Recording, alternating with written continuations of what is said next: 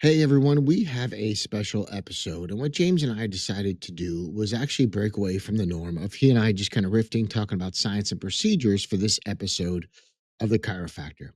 And at James' request, we actually had the ability to sit down with Dr. Lou Sportelli, who is a firsthand witness in the situation of Wilk versus the AMA.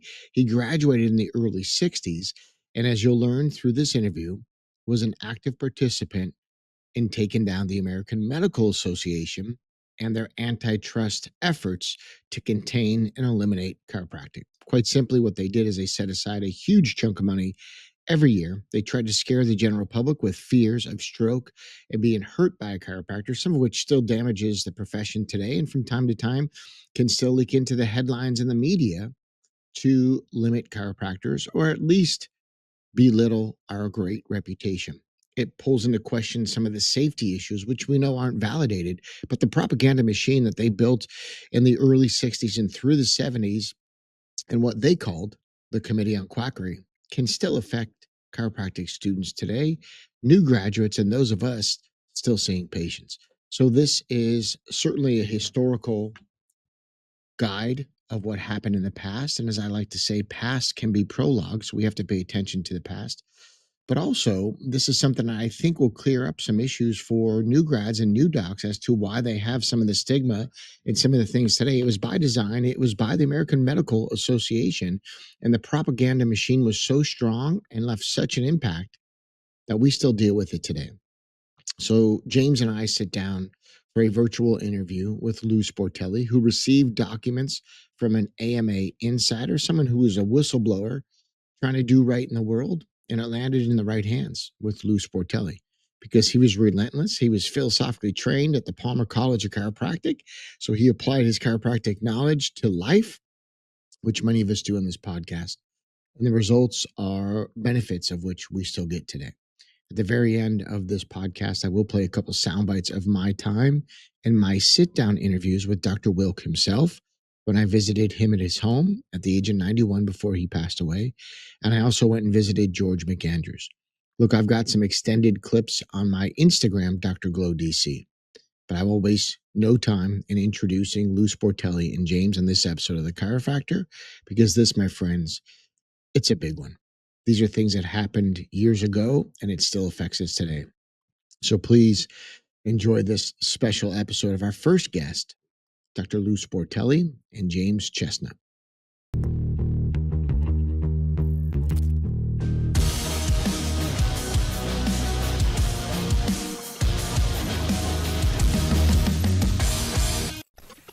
Hey, everybody, welcome to a special edition of the Chiro-Factor. As James and I sit down and have conversations, it always evolves. It always goes to different levels. And today we're going to do something a little bit different, kind of a break from the norm of what we traditionally do. And we are joined by a legend. And the legend is Dr. Lou Sportelli. He was a graduate of Palmer College of Chiropractic in the early 60s. And of many achievements that he's had recently, I'm just going to highlight that he was president of NCMIC, and has done a number of great things, even in retirement, so much as to lead the head of research for the last decade in retirement, or as we like to say, rewirement. Because if you know anything about Lou, the guy's not slowing down. He's not retired. He's here revved up. And what we just found out off camera is he's actually a big fan of the Chiro-Factor podcast. So he's been following along as well. So it's with great pleasure and honor, James and I get to bring to the mic our first guest for an official sit down interview, Dr. Lou Sportelli, because we believe, Lou, that there are many factors in health, but the one factor, the X factor that people often forget, it's called the Chiro-Factor. So thank you so much for joining us today. We're super stoked. And as always, off camera, I did my job. I'm pretty much good at this point because I revved these two up and they're both foaming at the mouth. I had to break it up and go, wait, we got to hit record. It was good. And Lou is as fired up as James. So I may get some popcorn in a minute here and just kick back because there's some good stuff already flying. Thank you for joining us today, Lou. And as always, James, thanks for making some time to share with the profession. Yeah, I'm thrilled to have, it's funny, Lou, we've crossed paths, we haven't gotten to spend a lot of time together in person, but I just, and I don't know if you listened to the podcast where Brad and I were singing your praises and just talking about you and Dr. Clum, but I've just always appreciated the fact that not only you're a thinker, but you're a philosophically sound, and I don't mean chiropractic philosophy. That's great, but I mean you're a philosophically sound, open-minded, kind, supportive mentor. And I just can't tell you how much I've appreciated the times we have crossed paths and how supportive you've been, and the little notes you've sent me over the years, and books, and supportive in what I do. And so I don't always get a chance to thank people publicly, but I'm doing so now, and I'm really happy to be able to do it. And so I've just appreciated, all your little niceties over the years, Lou, Well, you're and welcome. I have an enormous amount of respect Well, thank for you. what you've contributed, for sure. Thank you. Thank you. Absolutely. I've gotten my book and note as recently as a few months ago from Lou as well, and Yeah, just on it. and Um, all different kinds of books. I got a murder mystery or something last time. It was funny. No, but he's just on it. But also, he set into motion through NCMIC some foundational things that continue to give back to the profession: student scholarships, research scholarships, and honestly, just perpetuating the profession and really what many people would call a legacy. And so we're really honored to have you here because what we want to drill into specifically, there's many things I know we could ask you, and you'd be an expert in all of them. But the thing we want to drill into is Wilk versus the AMA. I'm not going to jump the gun and rush that. I think we need to do a little bit of a backstory, and I'm going to have James just kind of jump in with just some questions on your backstory, where things started. Then, whenever you feel like it's a good time, Chestnut, let's jump into the Wilk versus the AMA because there's a lot of things I think that we can kind of pull apart. And you've been a warrior for many, many decades. And when you came out of school is when things were just percolating on this topic. And I don't want to, spoil it, but like, in the movie Titanic, the ship goes down. It doesn't make it. And in this story, Lou is the recipient of some highly classified information in Wilk versus the AMA. It was sent to you by an insider called Sore Throat. So we're going to really get into some details in this episode. But make no mistake, this is not just a historical lesson, right, gentlemen? I mean, we just talked off camera. Past is prologue. And if we don't learn the lessons from the past, we are damned to repeat them in our future. And we're already seeing some of the softness, some of the weakness creep into the profession where we're moving away from the adjustment and trying to place other things as a primary function. So if that's cool, I say we jump in from here, James, and let's make Lou star of the show because he's a Yeah. legend. And then I think the really important part that you touched on is, how that's affecting things today. Yeah. And, for me, one of the great tragedies is that the profession has moved away from the adjustment. And Unquestionably. yeah, but I believe that a big part of that is still from the past, and we're getting pushed towards a model of conformity rather than sticking in the end to what's most evidence based. That's my big thing. And so I think I'd love to see us, get the history from you, and then talk about what's going on today, and just how, we've lost our way a little bit in terms of like, I don't think that we should be distinct for the sake of being distinct. That doesn't make any sense to me. But if we do have an intervention which is not just distinct and unique, but uniquely valuable and evidence based, it makes no logical or scientific sense to move away from it. And I think we have, and I don't think we've moved away from it because of logic or science. We've moved away from it from other reasons, and I'd love to touch on that today. Exactly. Well, first of all, let me say we've bastardized the language. Evidence based is about as the equivalent of follow the science.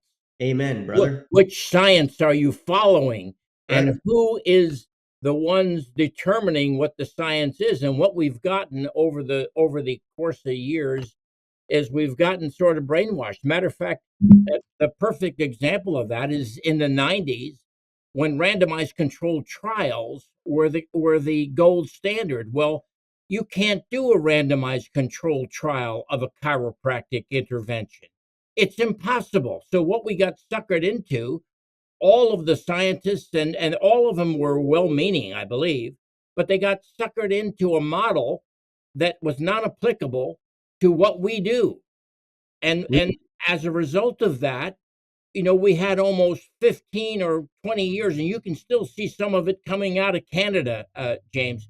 Yeah. The Canadian elites are essentially destroying the value of chiropractic. If and they use the term evidence based, and if it's not, and what does that mean? Does that mean Exactly. if they can't see it? And worse, Lou, you can do a randomized control trial. You just can't do a double blind randomized control trial, which is the gold standard. Yeah, how do you blind and adjust? You can't. But the real sick part is these people are so ignorant of understanding the application of science.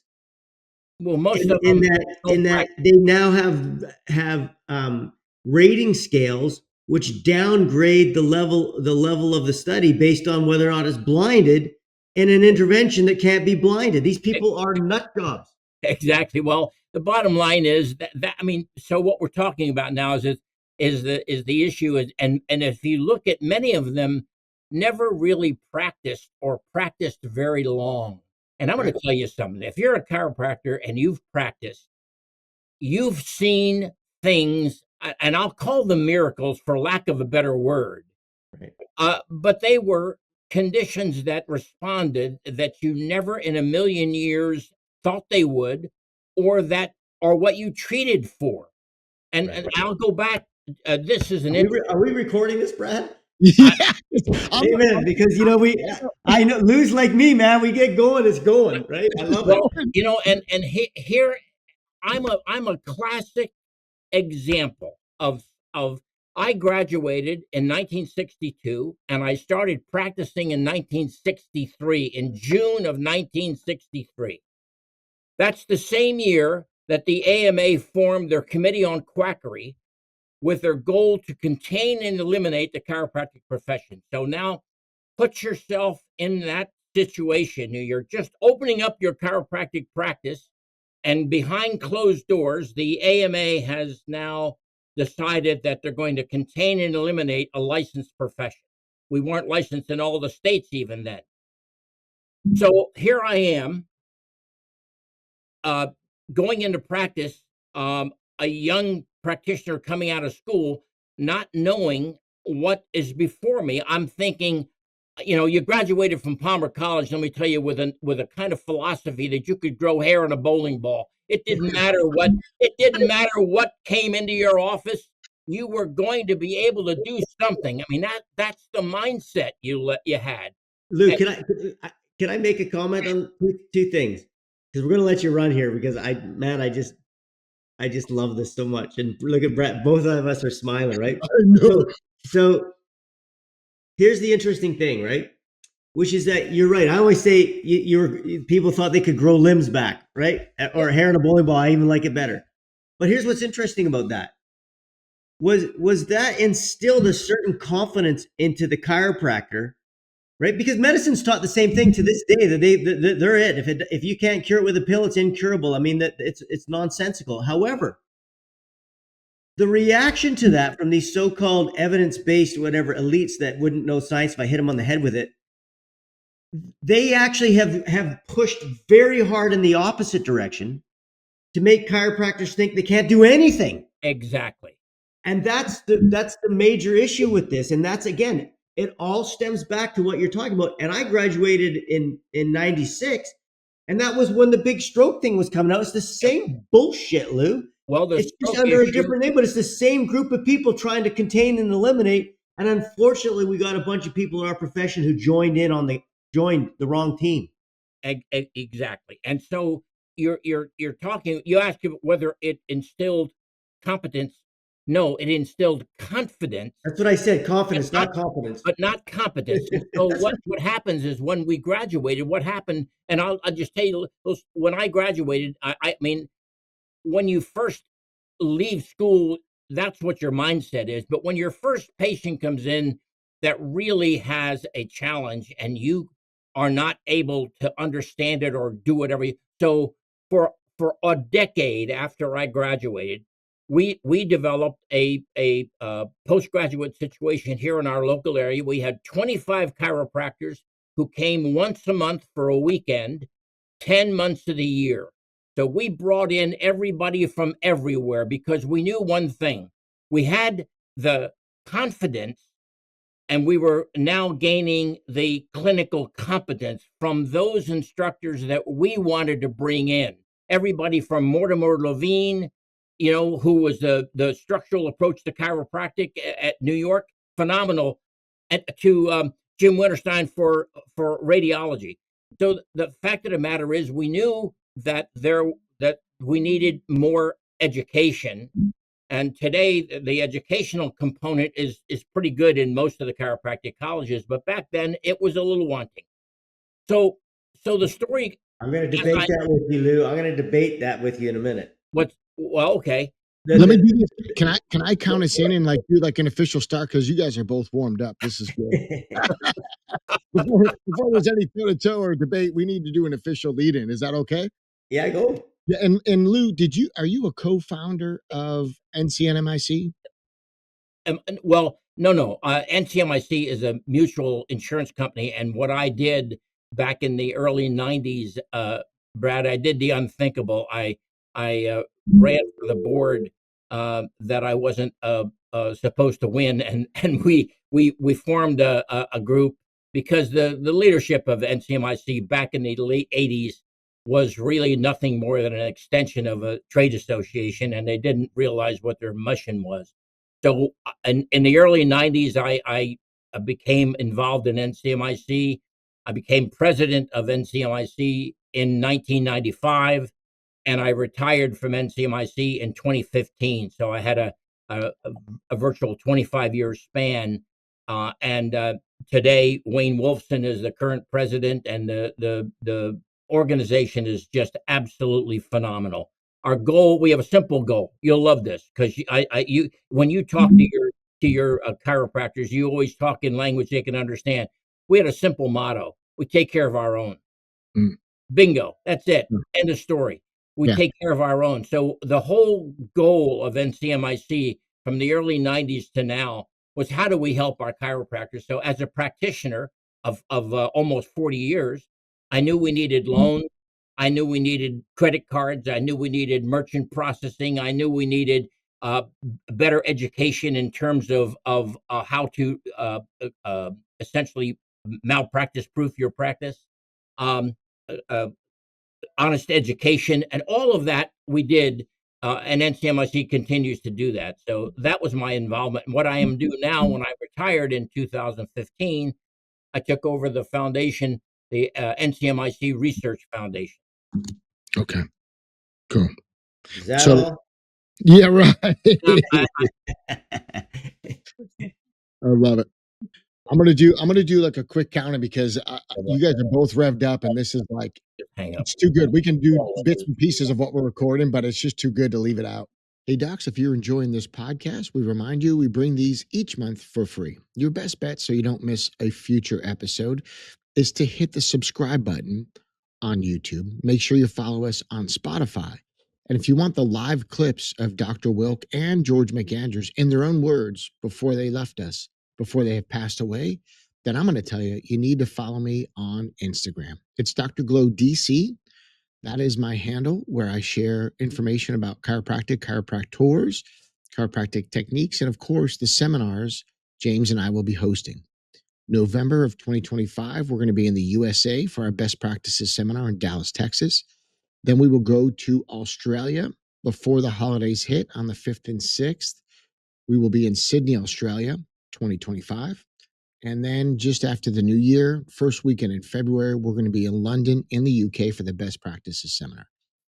The reason it's the best practices is we take what is best for the patient, and we show you procedures that will be best for the doctors. Said differently, the best practices seminar is really all about patient outcomes and why that should equal doctor income. Or if you want to think of it this way, we're teaching you to be an ethical millionaire. And then as a follow-up, what we do is some online coaching and training that is spearheaded by myself and the office procedures you can do. So if you want to join us for that, shoot me a message. We do virtual coaching. I run the groups. And I'll tell you that the best practices seminar is not to be missed. When it's on your continent, just get there. We do have some CA pricing. And at the time of this recording, if you hear it soon enough, you might be eligible for the super early bird pricing. But don't worry, if you did miss that, by the time we release this, you can still catch the early bird prices if you register before September 22nd, 2025, because on the 23rd of September, the prices will be going up again. So if you didn't get the super early bird, don't worry, you can get the early bird, save some money, and we'll see you either in Sydney, London, or Dallas. Cheers. And now back to this episode and this compelling interview with Dr. Lou Sportelli.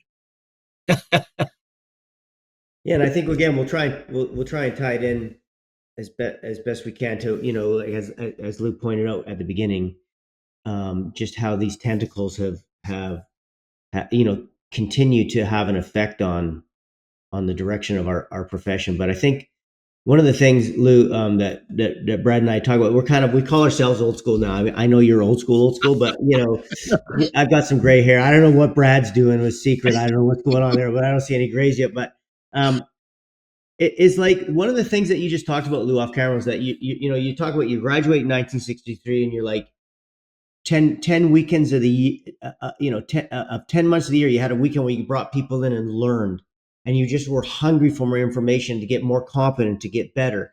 But what you also did was you had fellowship, and you know, you didn't all agree on everything, obviously, but that's the biggest thing I think we've lost.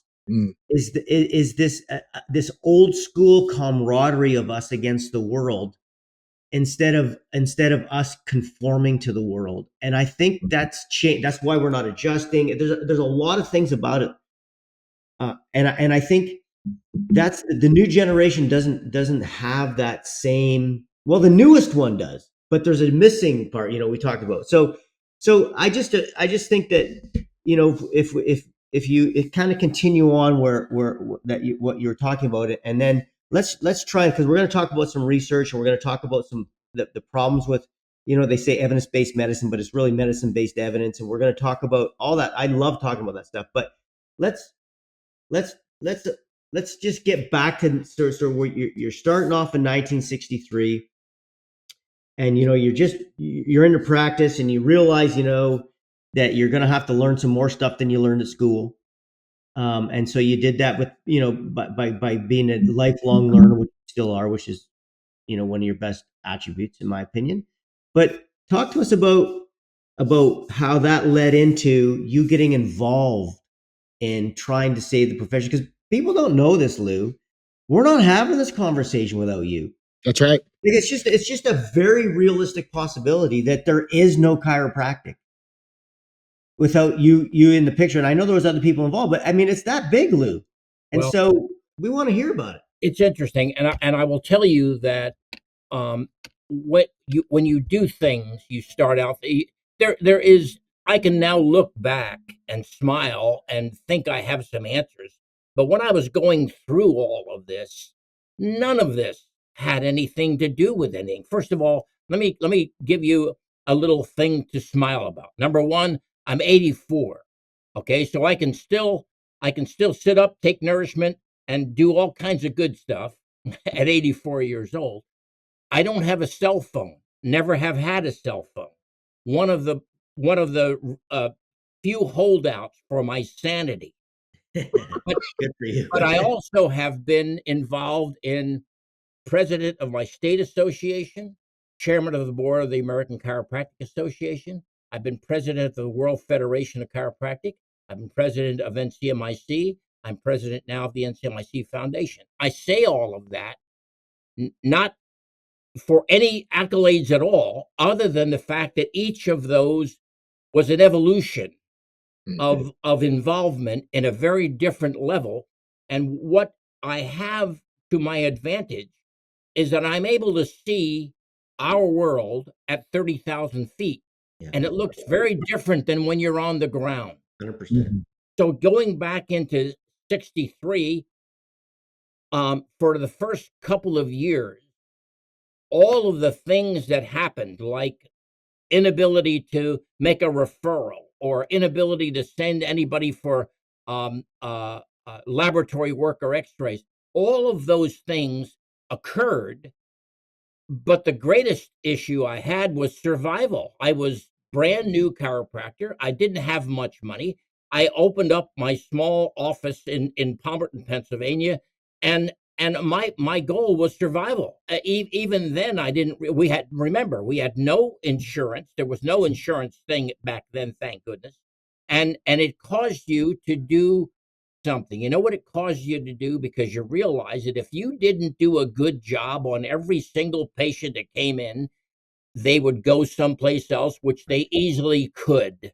Right. Okay, so what it forced you to do as a chiropractor back in the 60s is talk to your patient, explain what chiropractic is, and by the time I was in practice for 5 years, I had a 100% referral practice.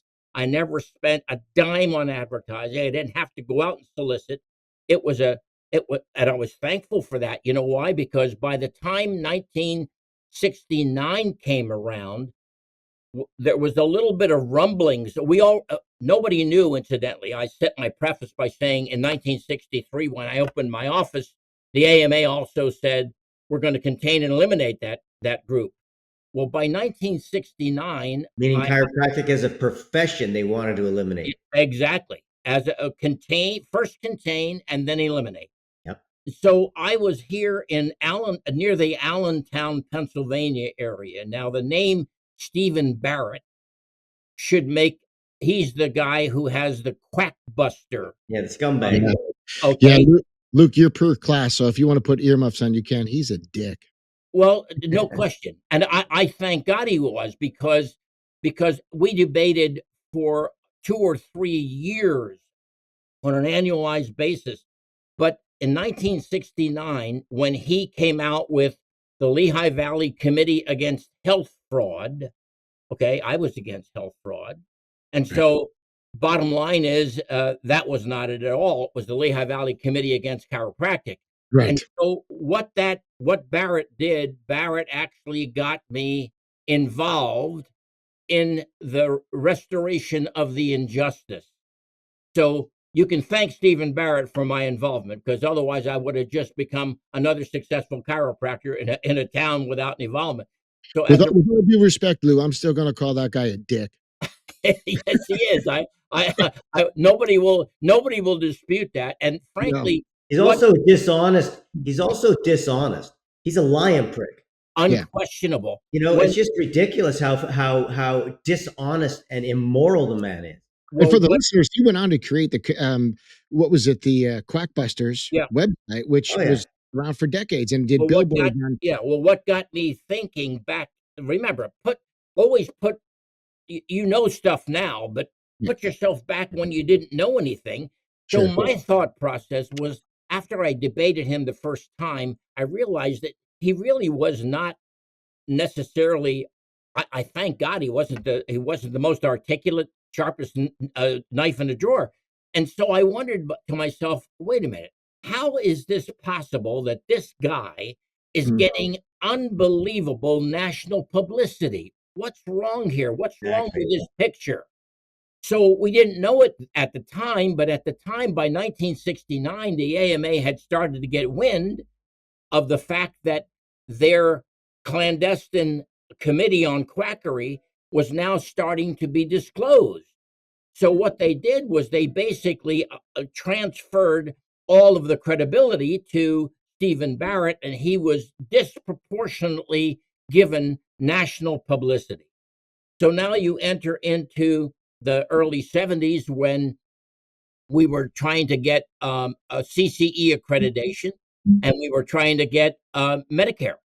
Well, a couple things occurred there, and of course, pretty soon in that time era, the Scientologists also had a dispute, and this is something what I would say we owe a debt of gratitude to the Scientologists. Like them, don't like them, whatever the case may be, we would not be where we are today without their disclosure. And I say this because what was happening was the Scientologists were L. Ron Hubbard came out with the books Dianetic, and he thought that the AMA was going to welcome him with open arms in a red carpet treatment. Instead, they denounced him, as they did every other thing that was non-medical. And so L. Ron Hubbard had an organization that was pretty sophisticated. And so what they did was they basically infiltrated the AMA with very, very competent secretarial and administrative people. And remember now, you always have to go back because people don't think like this. There were no freaking copy machines. There were no, I mean, when you think about the level of sophistication, I didn't even have an answering device at the time in 63. They were just coming out. They were called codophones back then. So you think about the sophistication or lack thereof of these administrative people going in there. What they did was they did incredible work. They gained their own credibility. The AMA allowed them, and so what they had access to was all the files, and they kept looking through these files for what the AMA was going to do to Scientology. They wanted to eliminate their 501c3. They wanted to challenge L. Ron Hubbard, all kinds of things, as nasty as they would be on chiropractic. Well, when they came through and I will tell you that the Scientologists are going to do a cover story on their history as well from the early 50s, 60s, and 70s, and we'll be a little part of that, I'm sure. Luke, can I just interrupt for just 1 second? Sure. Are you familiar with Friends of Science of Medicine, what they were doing down in Australia?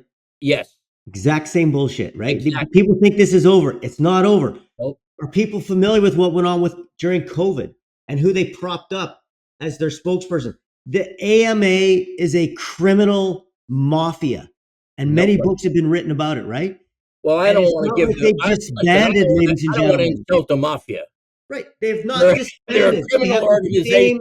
They have more money. They have more power. They have more lobby. They have more of the bad stuff now than they had in 1963, and they have the same agenda. Yep. And so people think this is over. It's not over. People think, and so I just, as I say, like, there's so much of what you went through and we'll continue now, but of what's still going on. And it's like they prop people up. They put the spokespeople up. They fund them like Friends of Science and Medicine, like these people that they get on television, follow the science about COVID bullshit. There's so much money involved now, so much more infiltration of government. It's shocking. But people don't know this stuff, Lou. It's just fascinating. Well, and the fact of the matter, when you break it down into even more simplistic terms, most trade associations rely on membership. Sure. The AMA relies on drug company advertising. They don't care if they have one member. That's right. And the other thing that I think is always important, though, Jim and Brad, is that I think we make a clean distinction between clinical medicine and political medicine. Of course. And that's everybody lumps everything in to that. No, the clinical guys are as conscientious as you can get. The political guys are the ones that we need to take a fight against. I love that term. The one thing I would say with that, Luke, sorry, go ahead, Brad. I just love those terms, clinical medicine and political medicine. And, and that's so relevant today. So absolutely. Again, this conversation isn't about the history. It's actually super relevant here. We're seeing this in Australia. We see rumblings of this over in Europe. This is not just a history lesson. It's a future lesson, right? And this idea that there's clinical medicine and political medicine. And I think, I was going to say, and we can thank over time. Remember now, again, go back to the 60s, as George McAndrews used to call the AMA the fourth branch of government. Amen. Because when you think about it, money. You can't be born without an MD. You can't die without one. And you have to have one in between. So think about the owner's power that they have in every facet and phase of your life. Right. Knowingly or unknowingly, they have essentially become a de facto arm of the government. Well, they're a de facto arm of the pharmaceutical industry because they are owned by it. But here's what I'd say. Yes, I make the distinction between the AMA and individual medical doctors. But the one thing that I will say is that, and we saw this in COVID, right? How they just lined up, right? Because the one psych op that they play on medicine is the level of cultural authority that they get is so expensive for them to veer off from that, right? Yeah. Lanceau's book, The Medical Mafia, is really good on that. But the cost to them personally and emotionally of bucking against the system makes it so these individual people who I'm sure are, had good intentions, they do, for the vast majority of them, blindly follow not just the AMA, but the guidelines.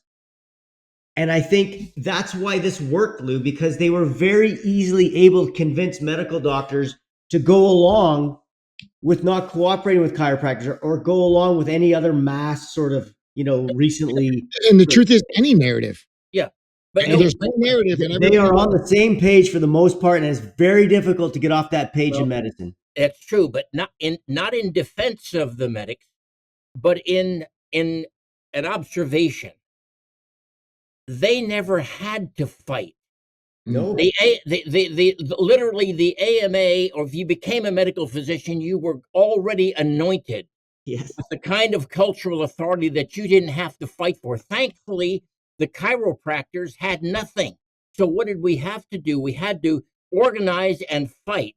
So And earn it. cleared, and now it's come back to haunt them. Why?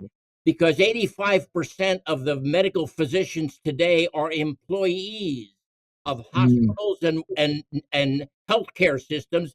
They have lost almost everything. Yeah. They've lost their ability to fight. They've lost their ability to do anything. And so it's almost backfired on them. This anointment of cultural authority has backfired on them because of where we are today. Made them Lou, that was always the plan. That was Oh. always the plan by pharma, right? Because No medical question. doctors they anointed them because they needed them exactly like they did with Barrett, right? Right. And so the bottom line is now they're basically almost obsolete.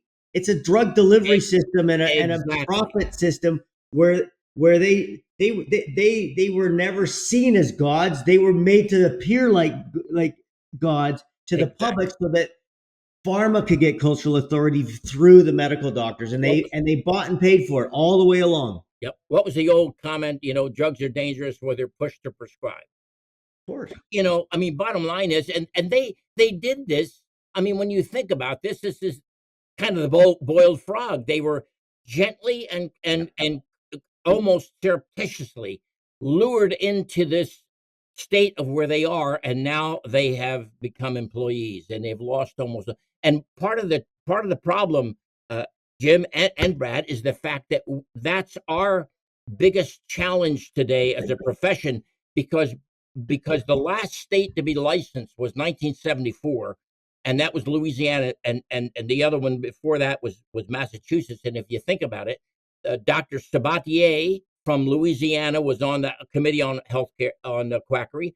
Dr. Ballantyne from Massachusetts was on the committee on Quackery, and both of those states were the last two to get licensed.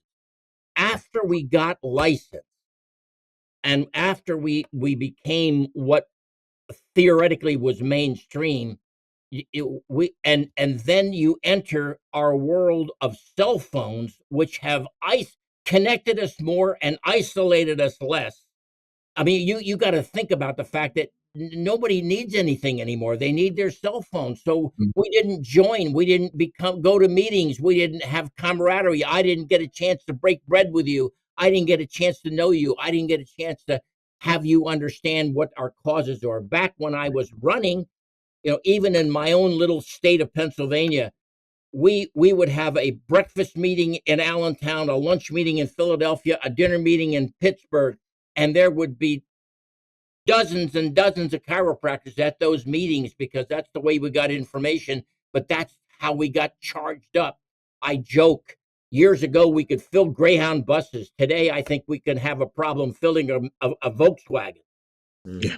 And it's because people feel isolated. They don't. There's no attachment. There's no burning desire for a common cause anymore.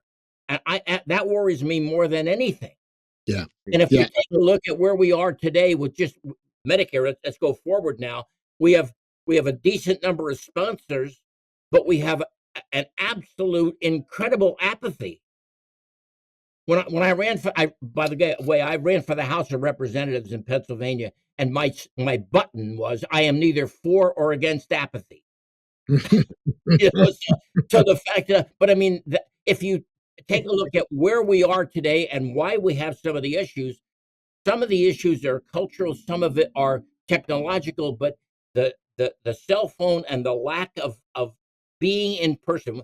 When you guys have your seminars, you can feel You can feel the warmth. You can feel the camaraderie, just like when you go down to these conferences. And now what you start to see is more and more, you can get all of your CE now online. You don't even have to go to conferences anymore. Look what they're doing.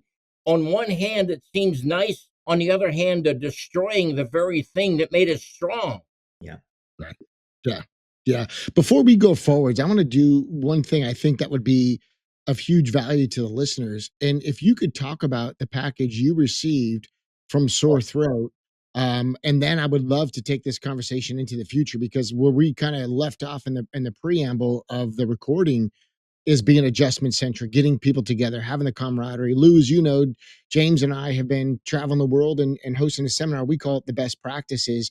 It's the things that work the best in practice. It's what gets the patients the best results. And then obviously we want it to be the best for the chiropractor. But the same ideas that we're talking about here, bringing people together in the room, getting charged up on the adjustment, getting excited about the science that does exist, the evidence that is available, but not abandoning the philosophy and the process. In fact, the philosophy overrides the evidence. That's why it's evidence informed, it's evidence based. There is evidence for what we do, not a preponderance like you would have in other fields. But I also have played a clip recently at a seminar with Huberman, who's got a great podcast, and he was doing it with I think it was Tim Ferriss, and he said, listen, the science will catch up with what's happening in the field. And it'll be 3 to 5 years later, they're going to wind up producing these reports and these studies. But usually athletes and performance people know first what's working, and then they'll study it. They'll look into it. They'll be curious. So it's usually 5 years down the track that we'll see something that gives evidence of what athletes are currently doing. But before we get into like the future, can you share like a pivotal moment in that Wilk versus the AMA No, when you question. got the package from Sore Throat? Because I actually went and interviewed George McAndrews in his retirement community a couple years before he passed, and I interviewed Chester Wilk a year before he passed away, just to get firsthand accounts. And what was supposed to be a 1 hour interview turned out to be 5 hours with these gentlemen, these warriors. I mean, these guys are your friends, but like massive impact on the profession. As James said, we wouldn't be here today without George McAndrews, No question. Chester Wilk, and yourself. So that's why Contain and Eliminate, in my view, was a tribute to George, because I don't think we ever thanked him enough I for agree. what he did. But so now we're at the end of 69, and Barrett's evolving. I'm questioning, why is this guy who has very little talent, why is he becoming catapulted into the national prominence? He had a full page ad in USA Today, for goodness sakes. Well, lo and behold, in the early 70s, I go in to my mailbox, and there's a brown unmarked manila envelope. Now, I know I didn't order any porn that week, okay? So bottom line is, this envelope came on the upper left-hand corner. I still have the envelope. It was ST was the initial. Didn't say where it was from. It was postmarked Washington, D.C., and it had my name on it. And it was about a half a ream of paper, okay? Well, I had hours that morning. It was a Saturday morning. I remember like it was yesterday. I got my hours done, and I opened up the thing, and I couldn't, and I sat down there and I started to read these documents. And it was literally like 1,000 pounds of weight lifted off your shoulders, not because anything changed, but now we knew why. Right. We knew why. And of course, we were all excited about it. I mean, Jerry McAndrews got it, the ACA got it, the ICA got it. I mean, it was a pretty good number. About 50, I guess, people got those packages. And I happened to get one because obviously the AMA didn't like a lot of the things I was saying about Barrett. So the fact of the matter is, I was on their list, and when I read that at the end of the day, it was transformational in terms of, oh my God, the injustice that was there. And of course, then when we started to, and as you go forward, you think about this now. So now we have these documents, and of course, now the next thing was try to find an attorney. Well, as you know, and you mentioned Big Pharma, James. Well, Big Pharma and all of the corporations basically retain on retainer most of the law firms in the country, so that if you want to bring an action against them, they can't The conflict. right. So Exactly. Yeah. you try to find somebody who is going to go against the AMA. It was virtually impossible. What and a little story before that, in 1969, my own attorney was so tired of hearing me talk about what I thought was this conspiracy that was occurring. He brought me down to a Philadelphia law firm of Blank, Rome, Comiskey and Macaulay. Mr. Ed Rome was an antitrust attorney, and my attorney happened to know him, and so we went down to his office, and he graciously greeted us, put him in his office. I started to tell him what I was thinking, and after about 15 or 20 minutes of my diatribe of what I told him what I thought was happening, he got up. He got up from his chair, and he came over to my chair, and he put his arm on my shoulder, and he patted my shoulder. He said, "Young man," he said, "you have a vivid imagination." He said, "If you could bring me one shred of evidence to support what you're saying, this is a good case." Well, obviously, we didn't have any evidence. This was pre sore throat documents and so forth. So and so the bottom line is once you have the evidence, two things had to happen, as George so eloquently said. These are just papers. We've got to validate them. We've got to make sure that they are accurate. So just because they're there doesn't mean that makes them so. So the bottom line, when we finally were at desperate, and Jerry McAndrews was the one who convinced his brother George. He said, "George, Dad would turn over in his grave if you don't do this." And so George took it on, and he wasn't an antitrust attorney. He was a brilliant guy. I mean, Yeah. unbelievably brilliant. So when George finally took it on, And just to be clear, Jerry McAndrews is a chiropractor, son of Jerry, a chiropractor, who was also the president of Palmer College. president of George Palmer College and executive director of the ICA. and George McAndrews was an attorney, top graduate from Notre Dame. So two Yes, brothers, and their absolutely. father was a chiropractor who was besmirched and disparaged in Central Illinois, and he used to visit his patients at like 2 o'clock in the morning, because at the time, Exactly. if a farmer was seen walking into and out of a chiropractic office, their medical doctor could no longer service him. And Absolutely. so McAndrew's father basically said, "I have to go 2 in the morning, because if these guys have a heart attack or there is an issue on the farm, I want them to get the medical attention, the emergency attention they need."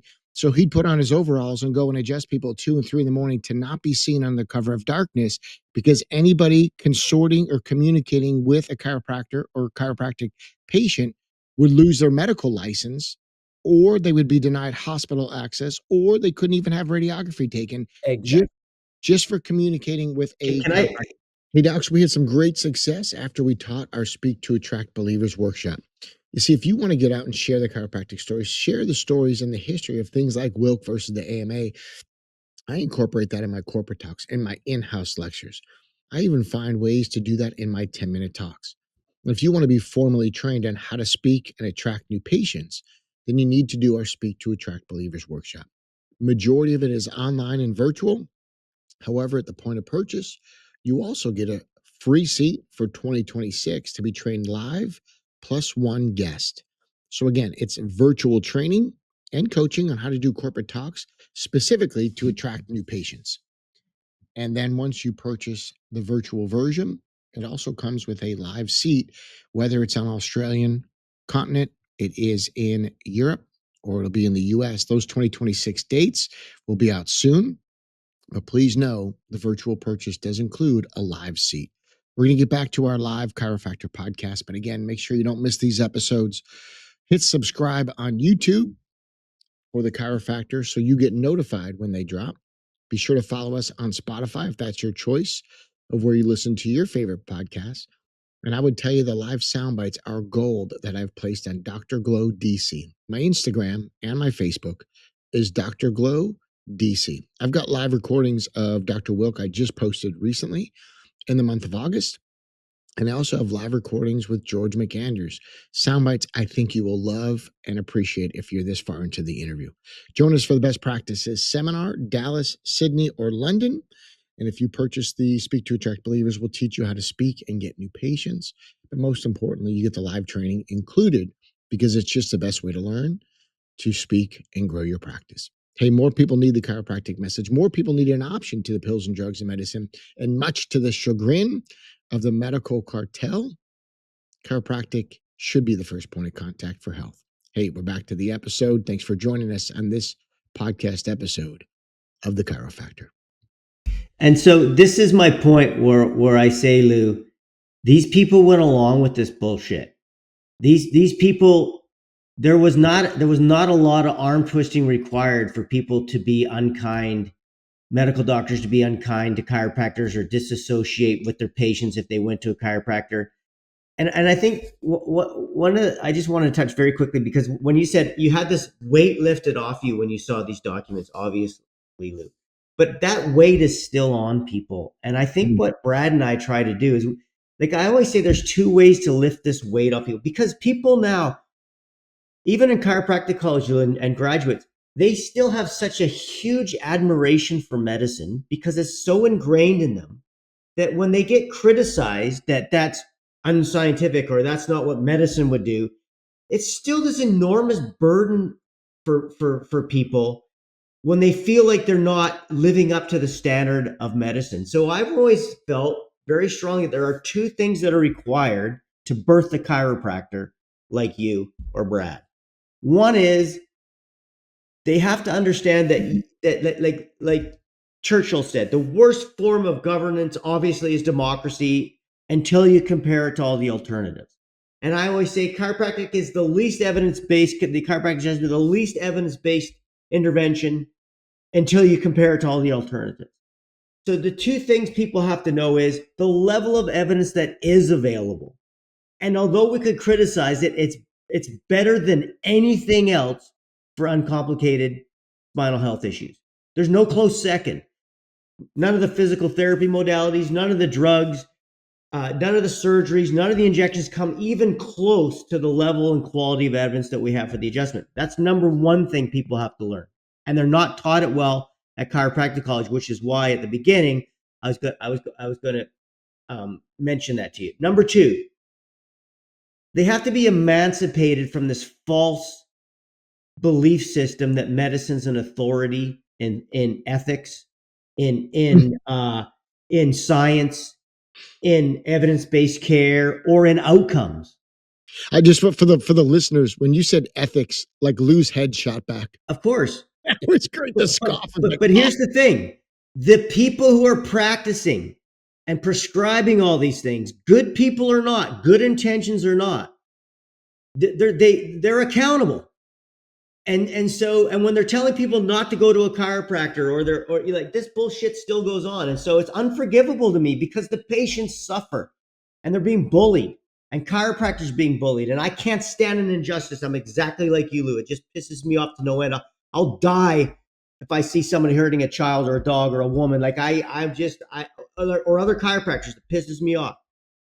But the truth is that those two things are required to birth a chiropractor. You have to be emancipated from the false belief that chiropractic's inferior, and you have to be emancipated from the false belief that medicine's superior. And until you shed those two things, you cannot succeed.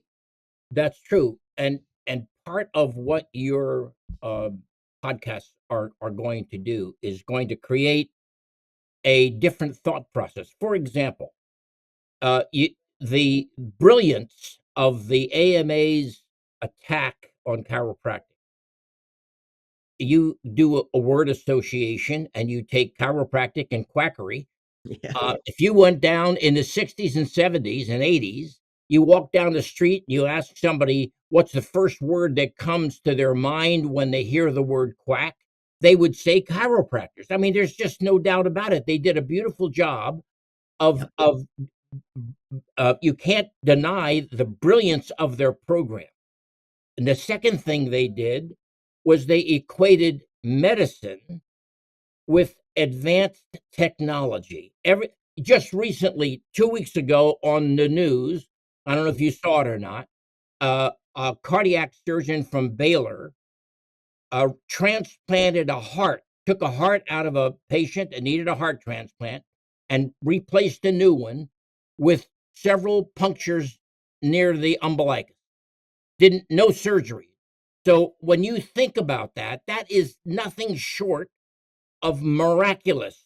Space, age, so, but that's medicine. In the minds of the average person, that's medicine. They don't equate medicine with the fact that for the last 100 years, we haven't been doing anything better with a common cold than we did 100 years ago.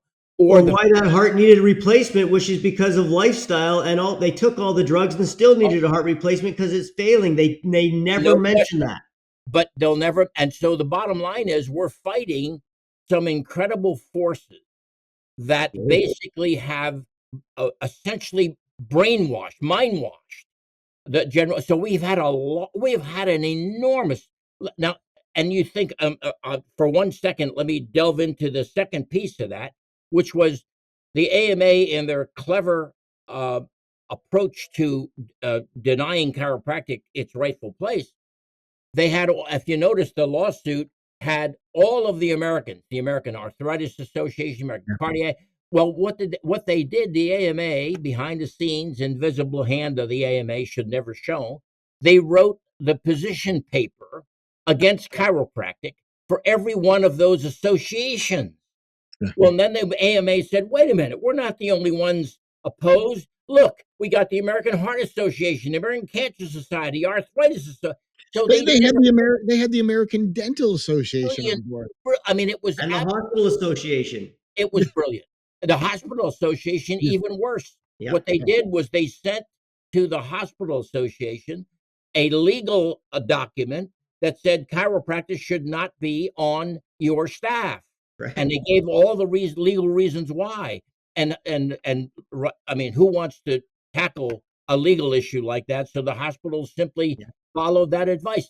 So when you think about it, James, what's happening is the public has been in a very difficult time. It's hard to change your belief system.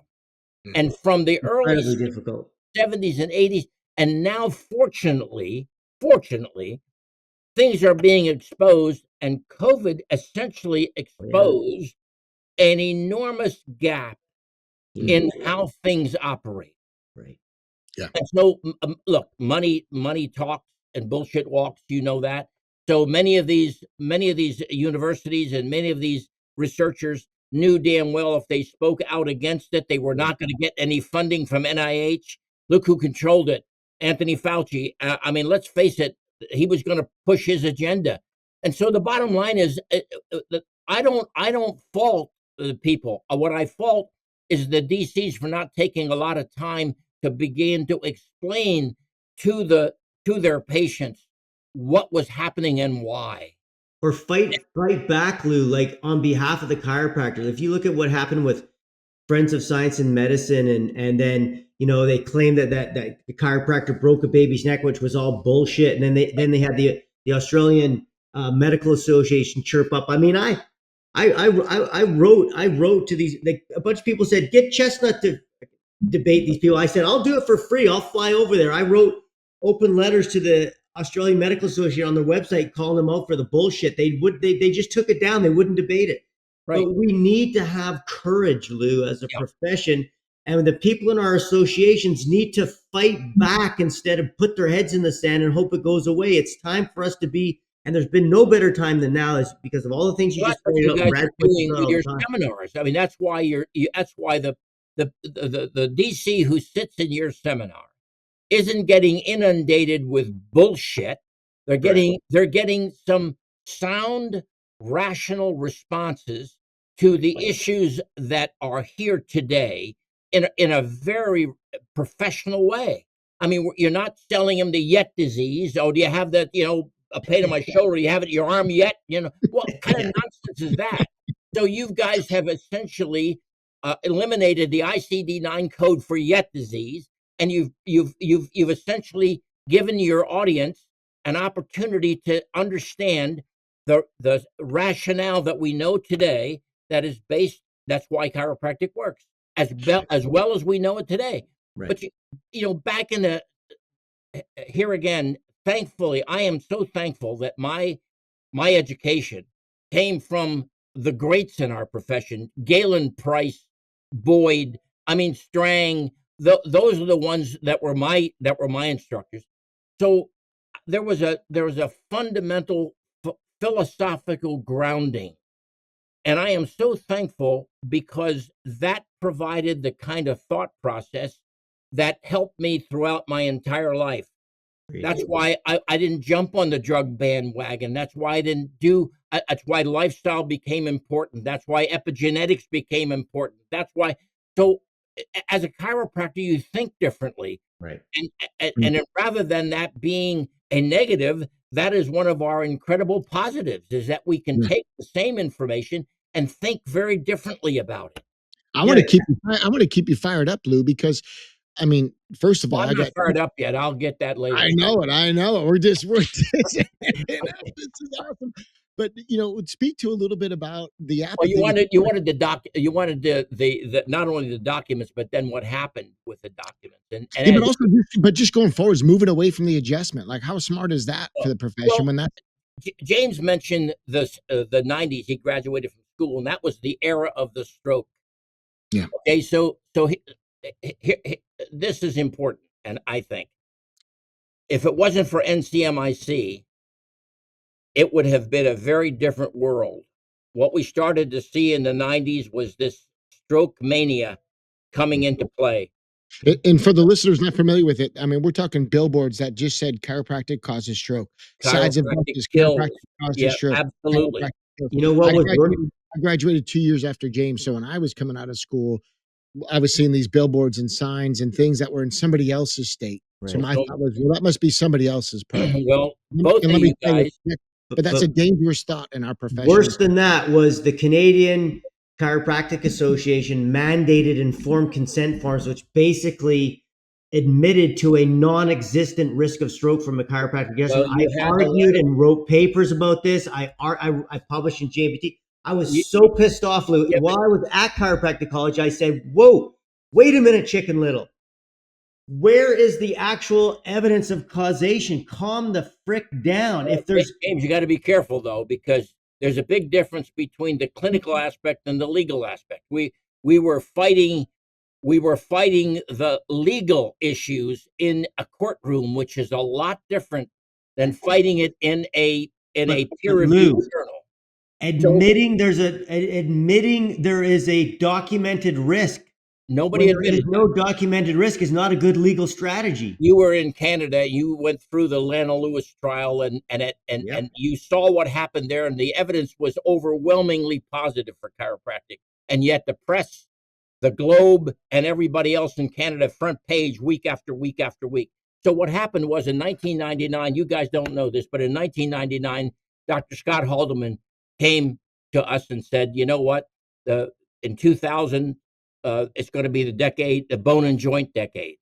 He says, and if we're not in that decade, we are going to have an irreparable void. So he got together and he said, we need a neck pain task force. Now, you guys realize that at the time, I said, well, Scott, how much are we talking about? And this is 1999, early on. He said about $1.5 million from you, and about another 500,000 from Canadian Protective. So $2 million in 1999 to a new organization of NCMIC. That was an enormous amount of money. And yet, when we sat down and looked at what the possibility was of not being present, NCMIC and the Canadian Protective basically came up with the money, and we approved the neck pain task force that Scott did. And of course, you guys know that both the Spine Journal and the British Medical Journal published the entire document of all of the proceedings. And it was out of that came Cassidy's study that came, all of the studies that we were able to now take into court and to defend, and we have had a phenomenal defense of the chiropractors that were alleged to have caused stroke. Our defense's record is unbelievable. But to your point, James, not only did that scare, it scared the colleges. It And the scared chiropractor. because you know why? Because what was happening in our colleges, unfortunately, and I'm not disparaging them. I'm just saying that all of the faculty were expensive, and so they would hire younger DCs and younger DCs without the kind of clinical experience that the old DCs that I was taught, Right. basically. And so the fear of a cervical manipulation was incredible. Yeah. Look, there's no It still reason. exists, Lou. It still exists to this day. And in fact, Yeah, and it's going to take us a while, James, it will. to get rid of that.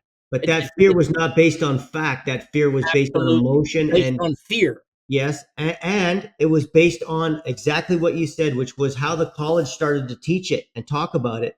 And so they basically steered people away from neck adjustments, Yeah. Exactly. which is Exactly. but not based on science. And I look at this too from their perspective. If I'm learning adjusting, I would rather learn from a 40-year veteran Amen. than a 2-year graduate.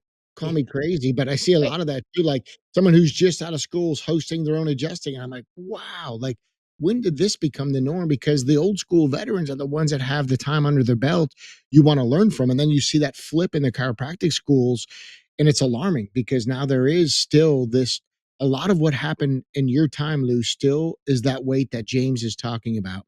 It still holds us down. And it So much wasn't just because they were cheaper, Brad. It was because the old school chiropractors who were teaching had no fear of the cervical adjustment. right. So the administration had fear of those chiropractors and they And pushed they them had out. fear of litigation. I mean, when you have that litigation a cloud over you, it does cause you to think. Why do you think so many of these corporations and businesses make decisions not based upon all of the facts of the business, but based upon the cloud, the umbrella Liability. cloud of litigation? Yeah, I mean, liability. it's an enormous pressure. Well, which is why they named the college and the college president in the stroke suit in Canada. Yep, yep. You know, they did that for a reason, Lou. These people aren't stupid, No, as you know, and so they named the actual president of the college and the college in the lawsuit just for the reason you're talking about. Yep. But James, maybe that's a good time to jump in with the manga study in the 90s, because while that was going on, there was also a preponderance of evidence that was pro chiropractic. Well, Fran Manga did a nice job, and unfortunately his report did not achieve the level of acceptance or notoriety that it should have. It was essentially a big flop. It was a wonderful from a data point of view, but a big flop relative to And we know why. what it did to move the needle. Right. And we know why between the medical mafia and yeah. the pharmaceutical cartels. Absolutely. Take your pick. You know, the worst cartels on south of the border and the biggest mafia isn't in Italy. It's right here within the medical establishment. You know, so pharma cartels, medical mafia, that's who's really pulling the strings, and the medical doctors are just the puppets. Well, Brad, when you were talking to George, I'm sure that George told you about why he had to go to so many places. Thankfully, back then, and one of George's favorite phrases was the AMA were historians with a death wish, because at the time, think about it, at the time, there was very little, everything was paper, so they kept everything filed. They didn't lose anything, and they never thought they would be ever held accountable. And so, back during the trial, I'm sure George told you that when we first started the trial and discovery was there, that George had discovery, and of course the AMA was going to comply with their discovery, and they did. They put all the chiropractic stuff in a bucket, in a wagon, and guess what? Did It George got tell you that the janitor thought it was junk and got it rid of got it? lost. Yeah, Well, it got fortunately, accidentally thrown away. That was yep, really what yeah. happened. Yeah. Yeah. Fortunately, the other 40 states did not get the memo to destroy the information, and that's why George had to go to all these states with subpoenas, and Yeah. in their file found the documents that the AMA said didn't exist. So it was kind of, I mean, so many things in this Are you trial. saying these people lied under oath? Oh, I would never say that. I would say Right. they misspoke.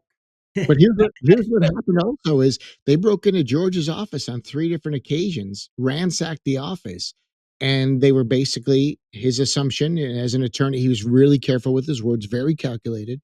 He said, "My assumption was when they broke into my office and ransacked it and took nothing, it must have been someone from the AMA, and they were looking for the files that were supposed to be destroyed by the janitor that weren't. And when George finally got them by the subpoenas, by going to the states and showing up there, um, he basically said, I knew they would come for these files after looking at everything they did to hide the evidence, lying under oath. So I didn't keep the actual paper files in my practice. They broke in 3 different times. Well, George McAndrews' office was in a bank vault. So they literally broke into a bank, didn't take anything because the files weren't there. And I said, okay, George, $1 million question, buddy. Where were the files? And he said, they were under my bed because if they were going to get them, it would have to be over my dead body. That dude's a legend, Sounds right? like I mean, that's the commitment the guy had to the process. I was like, and wow. during the trial, the little idiosyncratic things that occurred, Brad, which kind of make you smile today. When I'm sure George must have told you this, that during the first trial where they had a jury and they were trying to discredit chiropractic with all of the nonsense that we were advertising and so forth, that one of the chiropractors had a GED, and Mm, so the attorneys for the AMA and all the other 22 lineup of attorneys basically were trying to make a big deal about the education.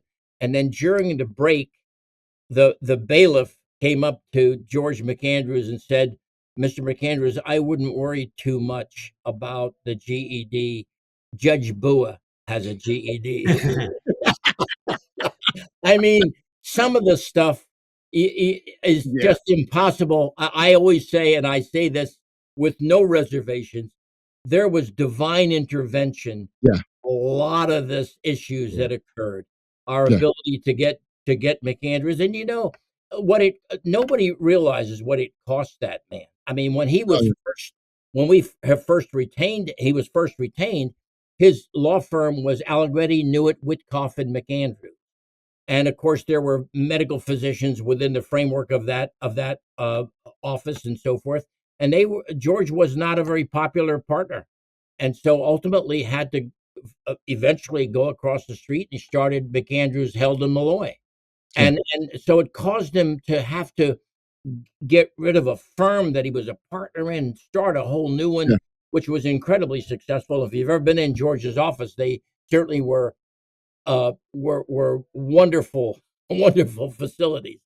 I But mean, when I talked to him too, a couple of things. Number one, his dad was a chiropractor in a farm community that I mentioned earlier. His brother was a chiropractor, president of Palmer College, and then George goes to Notre Dame to become this amazing lawyer, right? And he was a patent lawyer, I believe, who decided to take up arms and protect the profession of his dad and his brother. Like super noble guy.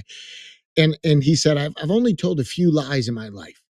And I said, really? Like he's a guy of total integrity. And I said, okay, what were some of the lies that you told? And he said, well, I lied once to get into the military at 16 because when my brother was going to go fight in World War II, I didn't want him to go alone.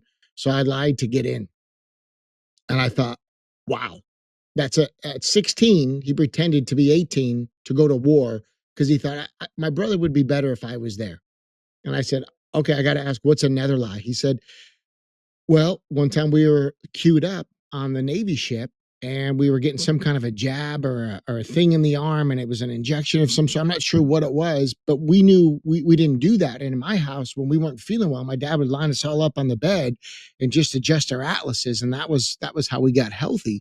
And so I was watching all these guys come back with some kind of a poke in the arm or a jab.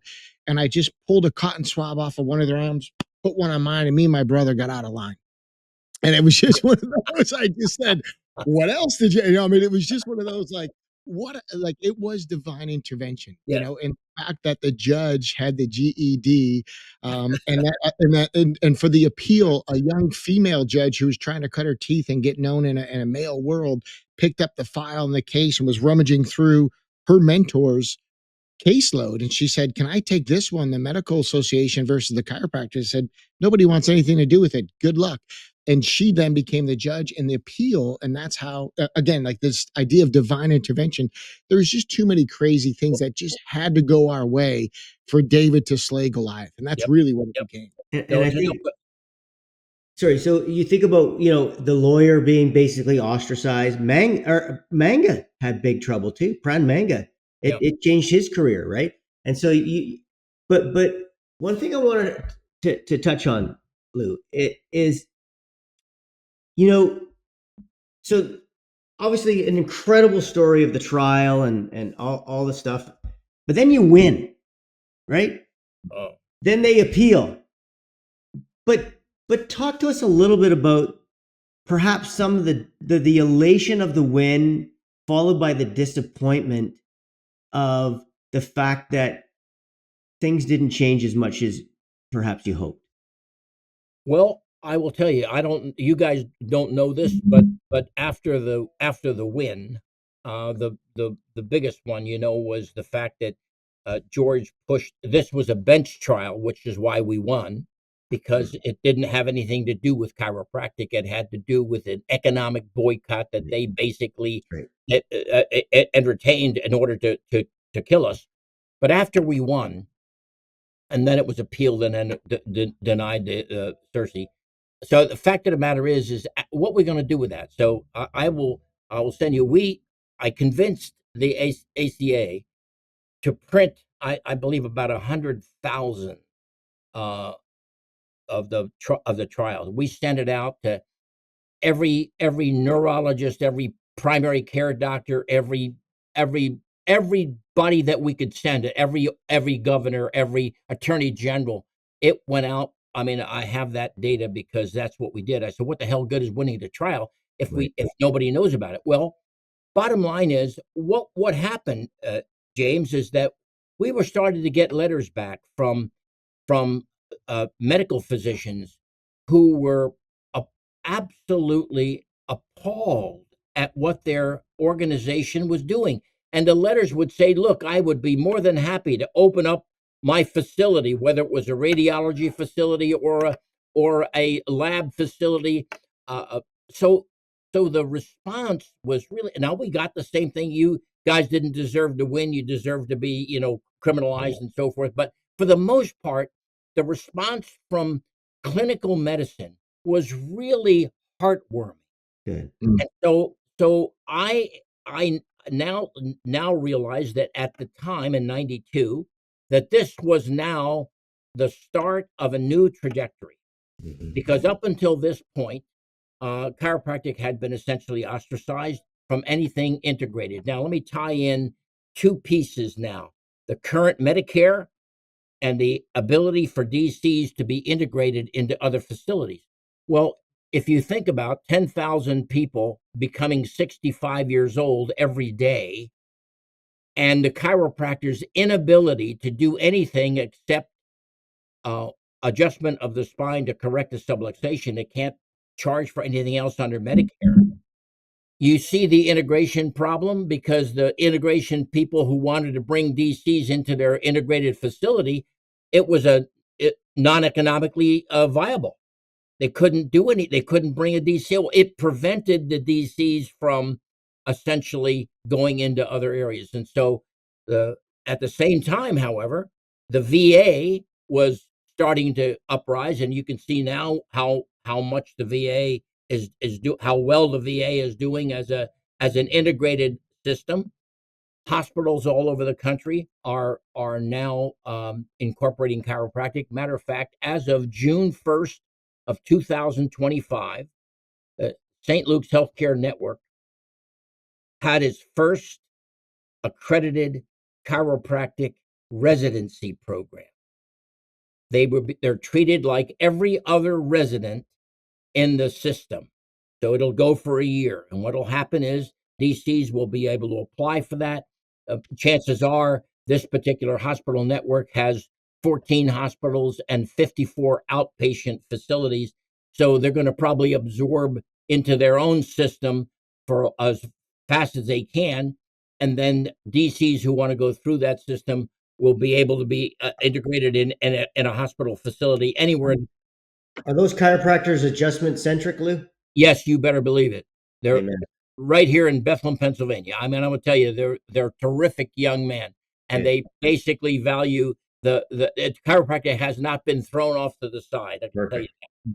And then the other thing that happened, which I think is explosive, because back in the '90s when I was just getting involved in all of this stuff, if I would have made a statement that in 20 years, we'd have a chiropractor graduating from Yale or a chiropractor graduating from Harvard or a chiropractor in Dartmouth or a chiropractor in Duke, you'd have put me in a padded cell because it's insane. And yet here today, we have several chiropractors who have graduated from Harvard, graduated from Yale, in the process of graduating from Dartmouth, and on the faculty at Duke.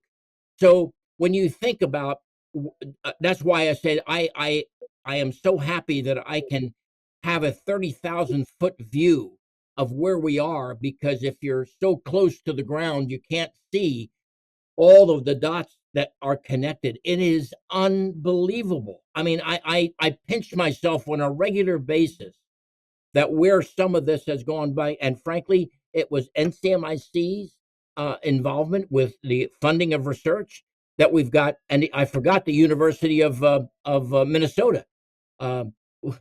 Dr. Ronnie Evans and Gert Bronfort, they're now professors and faculty at the university, and they got about 15 or 20 DCs and so forth in the lineup. So the progress that many of the DCs in the profession don't know this, or maybe even don't care, but I can tell you, this is unbelievable. It is now to the point where we've almost reached the tipping point where no matter what happens, chiropractic is not going to be, because years ago, if you went to one bad chiropractor, they were all bad. Mm-hmm. Well, if you went to one medical physician, I'll go to another medical physician. Well, that's where we are today. We're at the tipping point of collective educational competence and credibility, that we're not going to be diluted if something in one of these instances occur. So I am just absolutely so thrilled with the progress that's been made slowly and incrementally since the 1992 decision.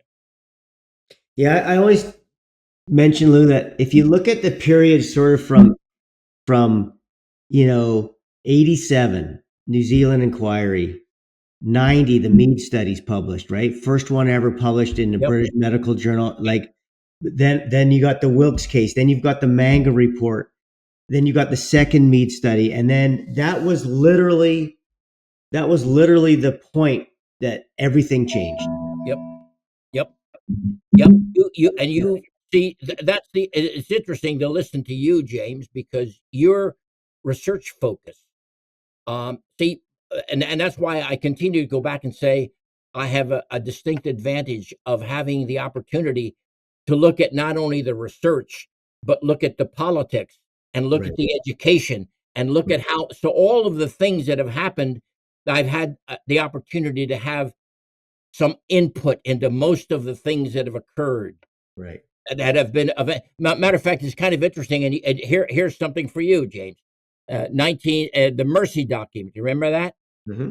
Okay. Well, the Mercy document, nobody thought that was ever going to be possible, thanks to largely to Don Peterson and a number of other folks that were spearheading the Mercy Conference. We didn't realize it at the time what the Mercy Conference did. Dr. Jay Triano and Dr. Haldeman and so well, Mercy forced the accumulation of all of the valid data that we had in one place. the Mercy document. Well, realize that 2 years later, AHCPR came about. Well, when they were involved in the AHCPR discussions, they were one of the few professions that had the documents and the data. And people listened to, if you listen to Jay Triano talk, it's kind of amazing. I mean, because nobody else, and you know, you guys, look, I don't have to tell you, you want something done, do 90% of the work and it'll get done. Right. So that's what happened at AHCPR. And what did they do? They came out the first time that the federal government came out with a positive situation relative to spinal manipulation. Right. And it all happened as a result of the documents that were there at the Mercy document. So I kind of sit back and smile at some of the things that seem uncorrelated or unrelated, but they're not. Everything is tied and connected. Yeah. Yeah. And I think sadly, one of the shortcomings we have is that chiropractors in chiropractic college are not made aware of the level of evidence. It should be a mercy kind of mercy guideline, or in Canada was the Glenarian guidelines, which was basically a photocopy of it. But you should have a total summary of the level of evidence for what you do when you leave chiropractic college. And that doesn't happen. I can tell you, Brad and I would both tell you that, you know, regardless of what school you're going to, these people come out and I mean, they come to our, you know, our seminars where we're sharing all this stuff and they're in shock that they didn't know about it. Yeah. They just paid $150,000. And so that's, you know, I guess that's still one of my frustrations, which is, well, it is, but how much that's the other question though. If you were the president of the college, James, there's only so much time that you have to fill in the requirements, incidentally, that state statutes mandate. And some of these one of the big problems, isn't it? These state statutes are mandating medical education for a chiropractic practitioner. Listen, Flexner wasn't stupid. No. In 1910, that's what happened. I mean, look at all of now. You think Harvard has a $50 billion endowment, you know, because they're great? No, but Flexner, if you read the Flexner report, it's unbelievable what transpired. Most of the medical. Who paid for that report, Lou? Pardon? Who paid for that report? Who paid for it? Rockefeller. That's right. Yeah, of course. And who was he in bed with? He was in bed with Carney. Carney said, I don't believe education, you do medicine. No question. No question about it. And at the time, I don't know that they did it. I think they were thinking they were doing a good thing, cleaning up, because there were so many itinerant med schools and so forth. They had to do something to clean them up. So I don't think I don't think believe that if Rockefeller didn't do what he did to China. In other words, if it was altruistic and fair enough, but what they did after that, trying to, you know, just monopolize, as Rockefeller said, there's only one good business model, which is a monopoly. Exactly. I'm less charitable than you, Lou. Well, you're nicer man than me. It's not. I don't mistake my observation for being charitable. But the bottom line is, if you go back and you look at the Rockefellers and the Carnegies and the Mellons and so forth, if they continued on the path they were going to continue on, they would have had all the money in the world. Yeah. And all the money in the world would have been worthless. So that's why they started foundations, to give money away to people so that their money would be worth something. When I read The Money Changers as a book, wait a minute, I never even I never thought about that. And then I said, okay, this is the same principle as your fax machine. When it first came out, if there was only 3 of us that had fax machines, how worthless would it be? But if 1 million people had fax machines, now they become valuable. So you give your money away in order to get back. Can you spell Bill Gates? Oh yeah. So the bottom line is nothing's changed. Just the people have changed, the names have changed, but the monopolistic intent of control is still here. And what we have to realize as a profession is that we just don't have the luxury of not being involved. Or being excellent. We don't have the luxury of not being excellent.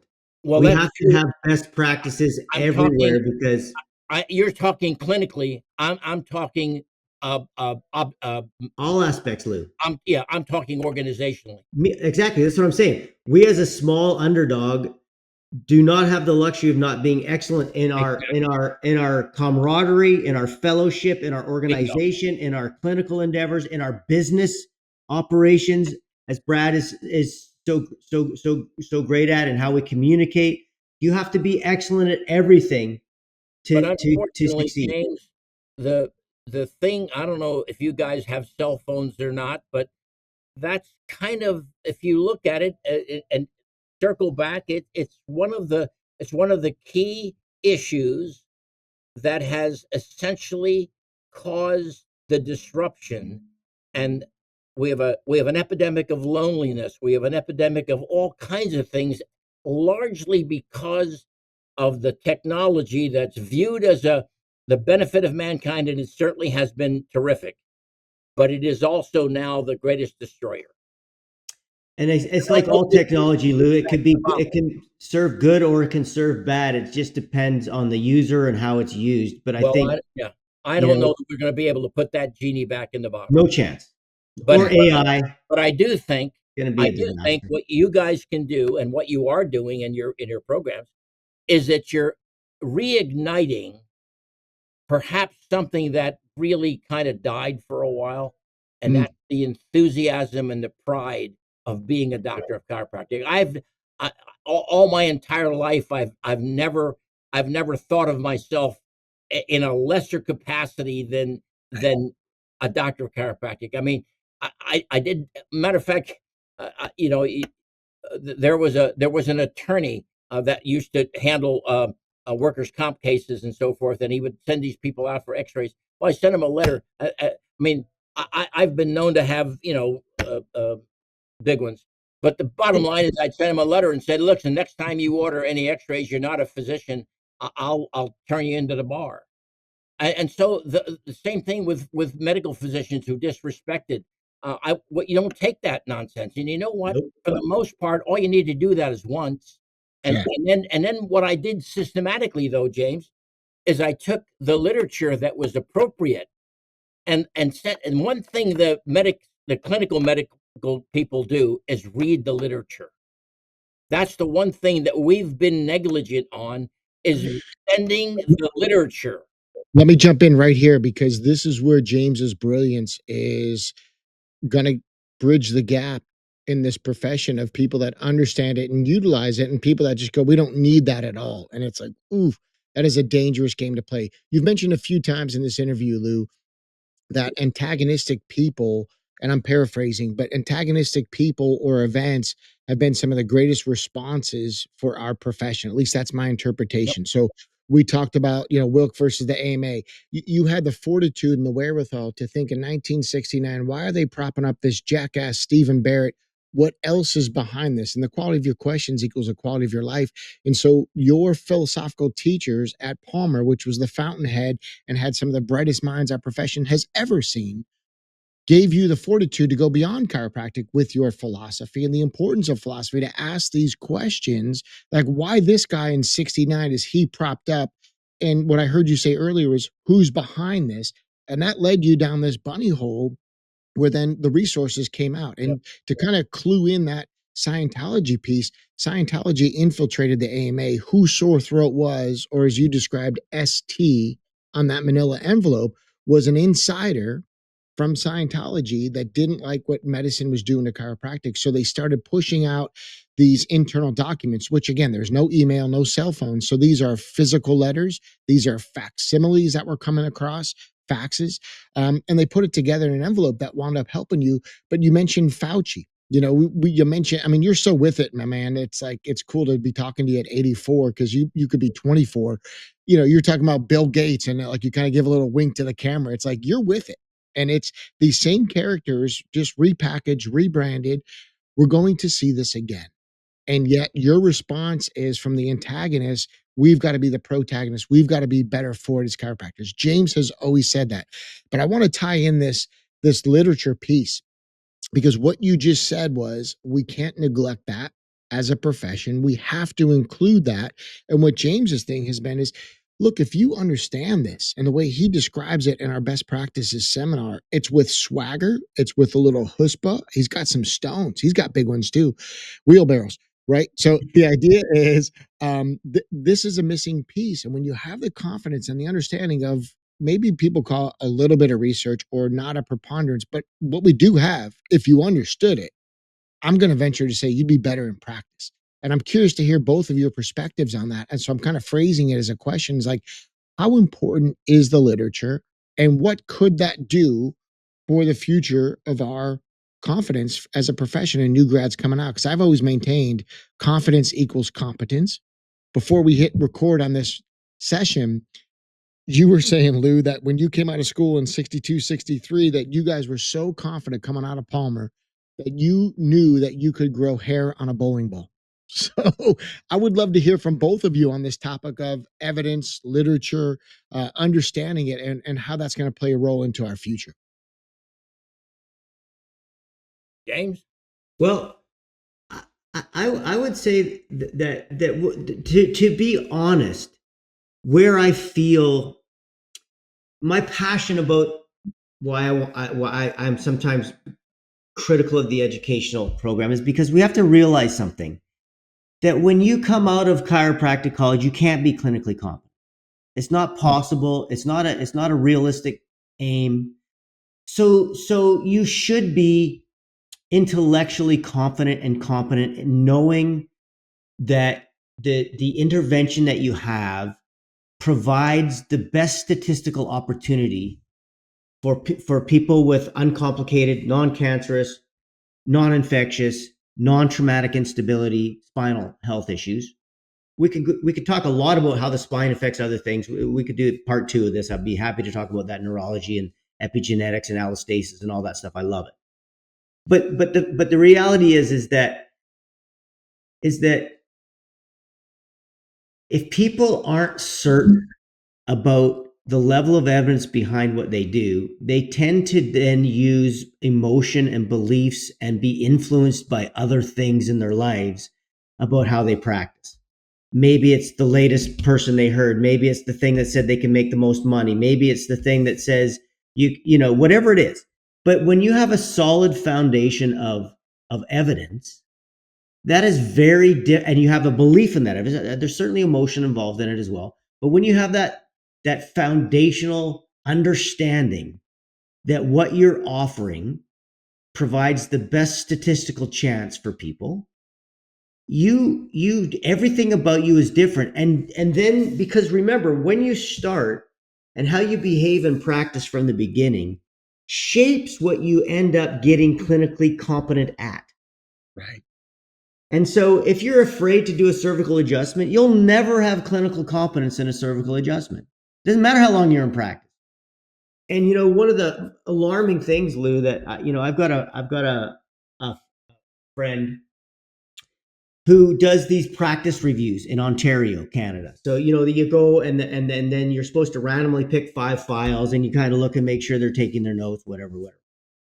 And you know, I had a conversation with him about it. He said it's now over 90% of the patient files that he reviews have no adjustment.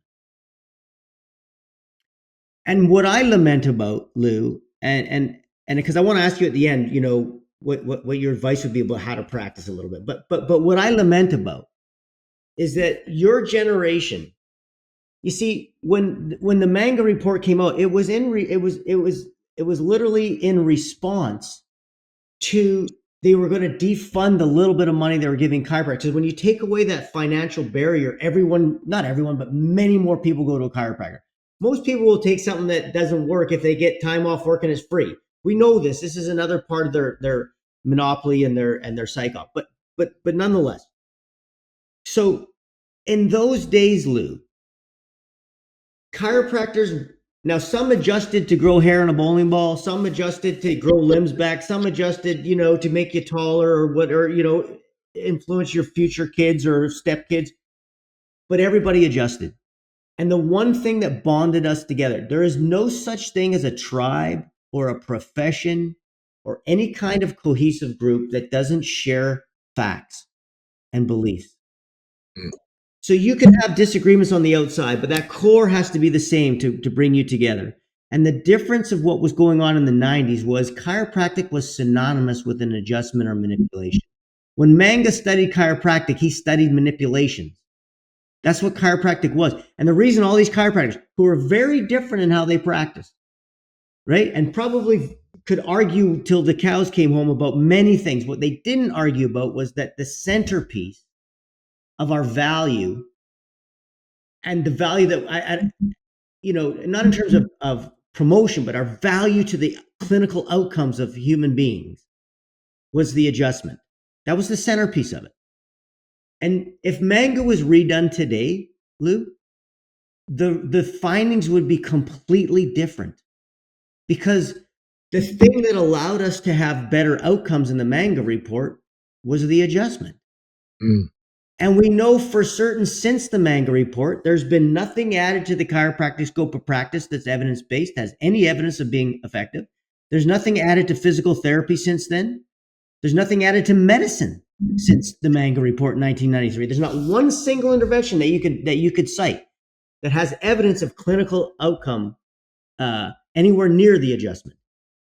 So imagine if we redid that Manga report today. And to me, that is one of the most disturbing signs of where we're at. We have all these positive things. We're in Harvard. We're in, all these incredible things that these opportunities that are now coming forth. They're all phenomenal, but none of them mean anything if we lose our cohesiveness and our raison d'etre of the fact that our central focus is the adjustment. Would you agree with that? Well, not only do I agree with it, but just think about this. You see, the advantage I have from where I came from and the era I came from in the 60s, it's kind of like the farmer who said, I'd rather say I seen something when I saw something and say I saw something when I ain't seen nothing.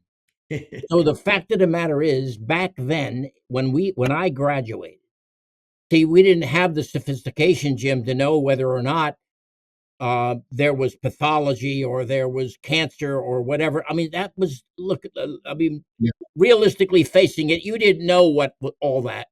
But what we knew was one thing: no patient should be deprived of a short trial of chiropractic, Amen. regardless of what they're coming in for. Wow. That was the That's fun. massive. And I will tell you, if you Yes, go, sir. you Say go into the that again. Lou, you gotta say that again. You got salutes from Chestnut. I'm like foaming at the mouth over here. No patient should. no patient should be denied a short-term trial, and I limit that short-term trial incidentally to 2 weeks, regardless of the condition they're coming in for. And why I say that is because the old timers that kind of taught me, basically, it's held out to be almost as a truism, because if you don't see some change in a 2-week period, you better have your clinical red flags up to the ceiling, because something's wrong. Because something else besides chiropractic needs to be talked about. Can I ask you a question? Yeah. That 2 weeks is going to involve 3 adjustments a week. Yes, 3 a week for 2 And I'm weeks. going to ask you a question. If you look at the Haas study, and he talks about saying that we should never ever really talk about less than 12 because there's a dose response. But he doesn't say that you wouldn't see anything after 6. But Right. I'm going to throw a wrench at you. The patients you saw in 1960 were completely different metabolically than the patients we're seeing in 2025. True.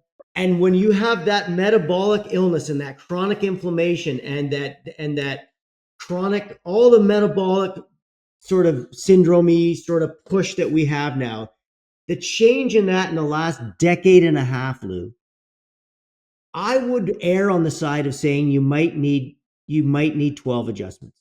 I'm not saying for sure, but what I'm saying is it's a reasonable. You're absolutely correct. I'm not disputing that, Jim. But what I'm saying is, all I said was you need some change. The change could be minimal, and that would give you not only the opportunity to provide additional care, but today you have the evidence to support your decision to continue care. Correct. So So the fact of the matter is that first 2 weeks is that golden 14 days where the practitioner ought to be at his highest alert.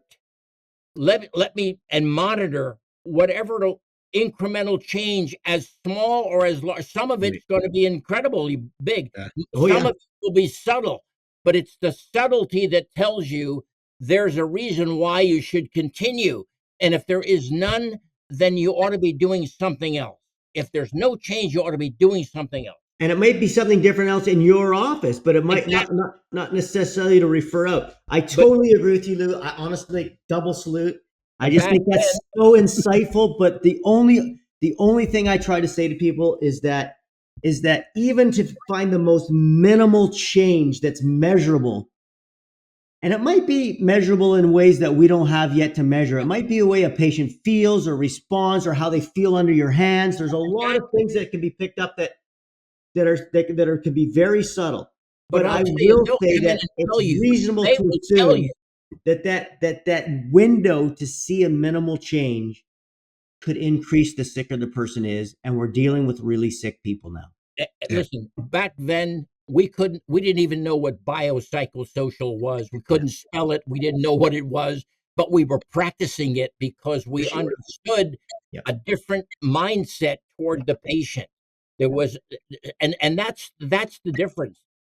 You gave them hope. We're now told we're now almost chiropractors have been sort of beaten out of this idea of giving patients hope. Like, minimize it. It gets better on its own if you don't touch it, all this bullshit. But the reality is, they should, and Brad does this, honestly, he's just the best at it. But, when you come in, it's an experience when you get in that office. Everything's different. You go into the medical office, whatever, it's morose. It's like, it's sanitized. The chiropractic office should be completely disruptive in terms of positivity. Exactly. And I just gave you a good a thought process here. I live in a garment belt. Okay. The one thing I hated was if you put a patient in a gown, the flimsy gowns that were paper, or the cloth gowns that were. So what? I went across the street to the manufacturer and I said, look, I want 4-way knit dark blue gown. And then I made them from teeny tiny to size wow. And I had to differentiate them with the collar, whatever the color of the collar was. But let me tell you something. Without ever saying a word, every female that walked into my office knew this was a caring office because they got into a gown that fit them, that they felt comfortable in and not exposed. You talk about different, James, you're sitting in a medical physician's office with your butt hanging out of a paper bag. And here you came into a chiropractor's office and you had 4-way knit cotton stretch gowns that fit. You didn't have to say a word. That patient knew, especially the female knew, this was a caring office. Correct. And they were treated differently by the staff. They were greeted differently. It wasn't all about a hierarchy. And Brian, you'll love this on your own. Early on, we had X-rays. Okay, so thankfully, this happened early on in my career. The first couple of months, woman came into my office as a patient. I took an X-ray, and she came back for the second time. And she walked into the room, saw the X-ray in the view box, which I had lit, and she said, "Oh my God, I have cancer." I said, "What makes you think that?" She said, "The black. They equated black with cancer." And from that time on, what I did, Brad, was I made sure I didn't have the view box on, number one. And I said to him, X-rays are about air, and I want you to show you all the air outside your body is all black. So don't worry about the black you see inside. It's just air as well. But think about, we think we know what the patient's thinking. We don't. We need to be anticipatory, thinking every single movement that provides some comfort. Yeah, that's right. Oftentimes without them knowing it. It's so funny because, even early in practice, I had a similar situation. I would turn on the view box, and what I started doing is kind of giving them reference points, because I first turned it on and someone said, "Oh my God, is that my neck? Is that what's going on?" I said, "No, that's your pelvis. Unless you have your brains in your ass, we have a real problem here." It was like, but I would point out and say, "This is called a Magenblas. This is normal. In fact, we're in trouble if we don't see this. Right. Down here, this is called the subluxation. Now, this is where the trouble is." So I'd put them at ease at first and then give a reference point and then come down and not exaggerate it. I didn't want to blow it out of proportion, make them think it was cancer. That doesn't do anybody any good, because the first step in healing is hope, right? And you guys both mentioned it. It's the first supplement is hopium. You got to have it. You got to have some hope. And so, same thing, we would give them a reference point. This is a Magen bus. This is normal. In fact, if I don't see these dark areas, that could be a problem. So, this is all good. All this stuff here in the digestion, that's fine. Let me come down here and show you the low back. And this is where your subluxations are. There's something called Wolf's Law. And you go into it, but you kind of explain from a reference point, from a place of ease. This isn't like scare them and lock them in. It's put them at a place of ease. Exactly. They got to want to come back, not Yeah. have to come back. Yes. And James, you talked about reference. If you look behind me, you see a bookshelf. Well, in the 60 years of my practice, I hate to say this, but I've probably given about 10,000 books out. Okay. But what I've done is I target, even to this day, the new book by Marty McCary, Blind Spot? Yeah. Well, I bought about 25 of those and sent them to key physicians in my area, which I still don't deal with, but I still want to change their thought process. Yeah. Never give up. As to the myths that have been promulgated. Yeah. Yeah. And so I still do that to this day. It's critically important to do it, not on a mass scale, but on a personal scale. I mean, when you get a letter in your mailbox to box holder or to whom it may concern, are you thinking, or that when it comes to you and your name, you pay more attention to it? So all of those are targeted. There's nothing mass produced. And Lou, I'm going to tell you a story. I don't know if you remember this, but we ran into each other down in Florida. But it might be 10 years ago at the diner. Yeah, and you're like, "Hey, I just read your book," and do you know that you are one of the few people that even got the concept of allostasis and epigenetics as it related to chiropractic? And it was the first thing. I don't know if you remember. It was the first thing you said. You were very kind to me about it, but you just said, that was, you enjoyed it, and I just, I hope there's more of you, Lou. You know what I mean? I get a bit worried, man, but I'm just. It depends on who you talk to. Well, yeah, that's right. No, but you know what, Brad and I noticed, and again, the reason Brad was able to twist my arm, because Brad, he's the hardest working man in chiropractic show business. He's just traveling all the time, and I just got traveled out. But what Brad and I did was when we sat down, started talking about this, and what we realized is that exactly what you said. There's a lack of getting together and fellowship and camaraderie in chiropractic now. And it's really affected the generation that's kind of around Brad and I and after. Like the new ones seem a little bit more, I don't know. And like the brand new ones, I don't know, Brad, if you agree, they sort of seem a little bit different again. I don't know what they're coming out of or why it seems a little bit better. But the fact is, like, who are the mentors? Like, you think of your generation and the number of these massive chiropractors who are having this massive influence, right? And I'm like, you can't even find, other than Brad, where's the big seminars? Like, where are these people getting together? Now it's like all this CE stuff. They come, they sit in the back of the room on their bloody cell phones. They don't care. They want to tick off on the credit. Where's the hunger for we've kind of lost the bastard in us. That's what I say is like, we forgot, but that we've got something to fight for. We're too comfortable. Yep. Well, unfortunately, they don't know that they're not comfortable. That's part of the problem. I mean, there's not many obstacles that they've been confronted with that really cause a rallying. It really isn't. And my whole career has been through rallying.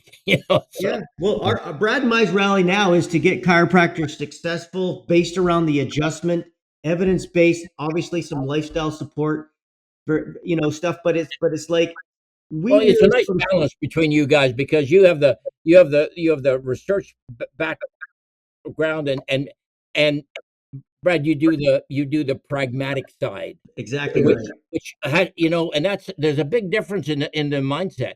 I mean, that's why some of the problems we have, because we either have all politicians or all academics or all whatever, and they don't blend.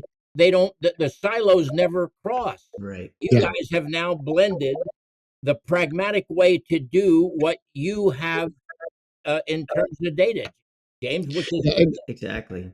and what's fun for me to listen to the most is his content. You know what I mean? Like I'm fascinated by what's out there, what's available, what chiropractors don't know. And I still have people come into our best practices seminar and forgive them for saying this, but they'll go, "Where did you find this guy Chestnut?" And I'm like, "Oh, geez, like you couldn't go to a seminar 7, 8 years ago unless Chestnut was there." You know what I mean? It was just so it's kind of also cool to see it come full circle where these newer graduates are going, "Wow, this guy Chestnut, he kind of came out of nowhere." And I'm like, no. "Really? Okay. Really? Is that right?" Who's that gray-haired old dude? It's funny. So Lou, give us 3 or 5 or whatever it is. If you're going to give advice to people in practice, some things that are really important in your view to be successful in the practice of chiropractic, which thanks to you, they have the right to practice right now. So God bless you for that. But give them Yeah. some ideas on how to succeed with the gift that you're a big part of providing them, which is the Well, ability to one be of a the chiropractor. it's interesting. Everybody's going to do this differently, but fundamentally, you have to have Wayne Dyer in one of his books talked about knowing, talked about a knowing.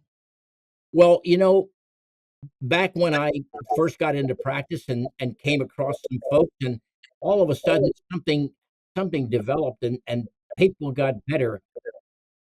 It fortified a knowing. So there's nothing anybody can tell me that would destroy my confidence and faith in the practice of what I'm doing. Mm. I may not be able to cure everybody, may not be able to handle everybody, I may not be able to do a lot of things to everybody, but what I can do is I can in my own way have this, and it started out, and I just give you just an idea of what happened. When I first opened up my practice, there was an apartment behind me, and that there was a little baby that was born with cerebral palsy, and she had projectile vomiting. She could hit the wall. And the mother saw me on the sidewalk. I just opened up my practice. It was a few weeks. And she come over and she says, "Do you think you can help my baby?" And I said to her, in all honesty, I said, "I have no idea, but I'm willing to try." And I said, "My gift to humankind back then, I didn't charge any babies at all up to 1 year old." And my fee schedule was ridiculous. So she brought the baby in, and baby was on phenobarb. And in a few weeks and a few adjustments, the baby didn't have projectile vomiting anymore. She took the baby to the pediatrician, and the pediatrician said, it just the baby outgrew it. The chiropractor was nuts to think that anything he did affected this. Well, now the lady knew better. She just knew that this something intervened that wasn't phenobarb. Okay, Mothers always do. she came and she became. I had this. You'll really smile at this one. She said to me, I know you leave here late." She says, "But by the time you get here in the morning," she says, "if you want to put an extension phone in my apartment, I'll be happy to answer your phone for you, because we didn't have answering devices back then." Well, I'm going to tell you something. Anybody who called this lady uh, was going to be a patient. Yeah. So that's, but so would I go out and advertise that I cured projectile vomiting? Of course not. But those are the things that provide that incredible knowing that there's something we're doing that's affecting this human being. So the first, Mm. James, would be knowing. Have that knowing, and Amen. not disparage yourself into thinking you're something that a second class citizen. Not at all. That's the first. The second thing I would think is to get involved with your own colleagues, because there's nothing like, you mentioned the word tribe. That's as good a word as any, I guess. The bottom line is you got to have. I still have some of the closest friends I have are chiropractors, 30 and 40 and 50 years. Nothing beats that friendship, and nothing fortifies your reason for being. And the Right. third thing, of course, is I only the third thing is, be ethical and honest. That's it. Period.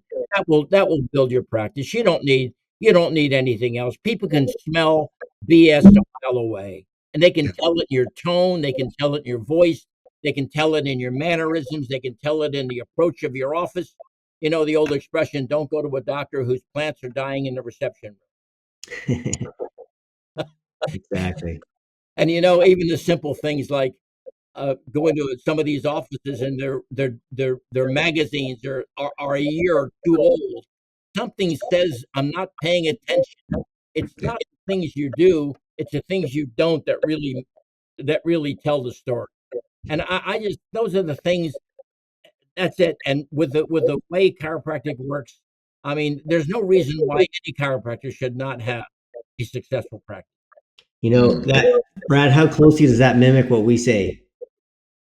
Totally. It's I it's mean, almost identical to. In fact, I always start my seminar by saying, if you're here because you want to rip people off, or like you in any way are going to use this in an unethical way, get out.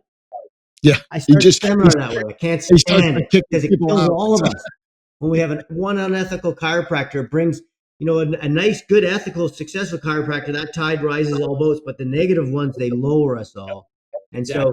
so, but Lou, what you did with that baby was, first of all, this is how I would approach that, right? I go, yeah.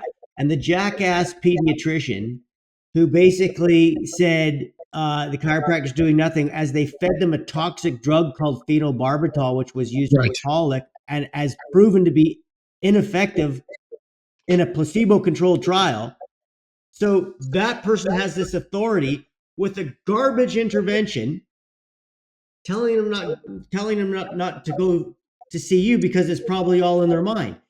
This is, I think, the added part to chiropractors when they go, yeah, of course I'm going to give it a try. I'm not going to make any promises. But the other thing is to just realize that the person criticizing you has no clothes. Well, that's true, again, go back to the era. In 1963, Of we course. were lucky we had anything at all. There was nothing. I mean, so the advantage I like what you do, because the advantage you have is you provide the real live data that's current, that we did not have the advantage of having Right. back in my day. Right. But you at least had the courage to adjust that baby and change your life. A lot of chiropractors wouldn't. And so, Lou, and on a scale of 1 to 10, how important is the adjustment to a chiropractor? 11. Thank you. Exactly right. That's it. And look, a couple things Lou has said that I think is going to shift it for me is, it's not the things you do, it's the things you don't do. I thought that was critical, right? Amen. Looking at this from the pharma standpoint, wanting the monopolistic intent to control, AMA and pharma, the monopolistic intent to control is a big part of what our profession's already been through and is continuing to go through. So if anybody feels that burden or that weight, or second class citizen, I've often used that same phrase, then you need to join us for the best practices. You have to keep re-listening to these interviews, these podcasts, the Chiro-Factor, because a lot of what we're trying to do is just lift that burden. It's the same burden from 60, 70 years ago that chiropractors struggle with today, and it's really the subluxation between the ears that holds us back the most, Well, I know and both of you guys are readers, and you all know that you can read a book, and there's something in that book, and it doesn't strike you. And then you read another book, and it's the same thing. And then all of a sudden, you read another book, and all of a sudden, the light bulb, an aha moment occurs. It's the same thing you've read two or three times, but when the student is ready, the teacher will appear, Yeah. and yeah, that's what happens. You. So you're right. You need to hear this over and over, because it doesn't just come to you immediately.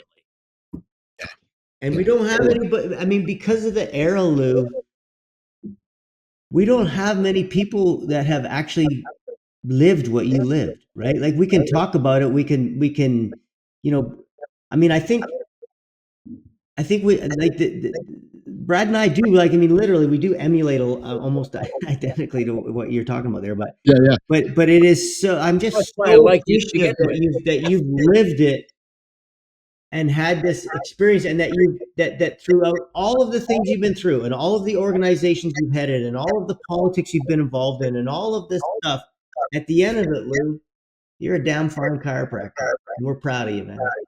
Yeah, Thank you. absolutely. Yeah. And as we sat down to do this interview, your name popped up in really good company. You know, we were having a moment reflecting on the late Jerry Clum and Dr. Clum's greatness. And we just said there's a few people that are cut from the same cloth, and your name was quick to fall out of James's mouth. You know, Did I Jerry ever tell you, Brad, what happened? Well, would love to hear it because again for the record. Jerry and I were on opposite ends of the political spectrum.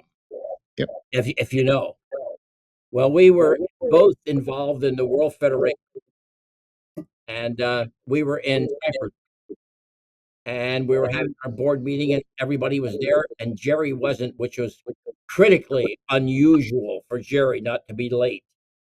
So I said, "Where's Jerry?"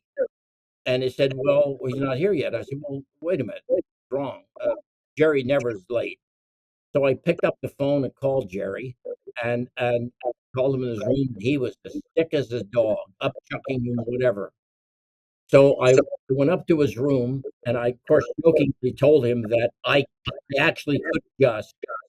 And so we adjusted him a couple times, and I found somebody who could go with me to a pharmacy to get him some electrolytes, and got him some broth and so forth. And in a day or so, and and Jerry was unbelievably amazed that I, his own enemy, politically speaking, was the only one who looked after him. And since that moment of time, something transformed in our relationship. We became very, very good friends, and he realized that while we may have had political differences, as human beings, we were truly bonded.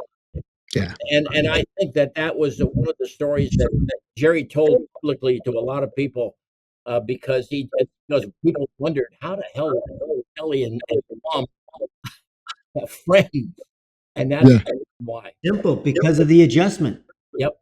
That's the bond, right? That's the cohesiveness. And don't think I didn't razz him about it forever. Of course, but that's the shared facts or knowledge or belief that bound our profession. Yep. And again, you can be politically different about how we were going to best get that adjustment out to the masses. You can disagree on a lot of things, but at the end of the day, if that can be that corpus callosum that allows us, and that binding agent, and but we're losing that. That's another big reason why I think it's so important. And you know what? I love that story, because I love you and Jerry Clum, and I already knew you were on opposite ends, but you both went into the arenas where it wasn't necessarily going to be comfortable, but you always fought the battle all the time, your whole lives, both of you. And it's like, but you were both very good people. So I'm extraordinarily happy to know that you had that bond, because that's huge for me.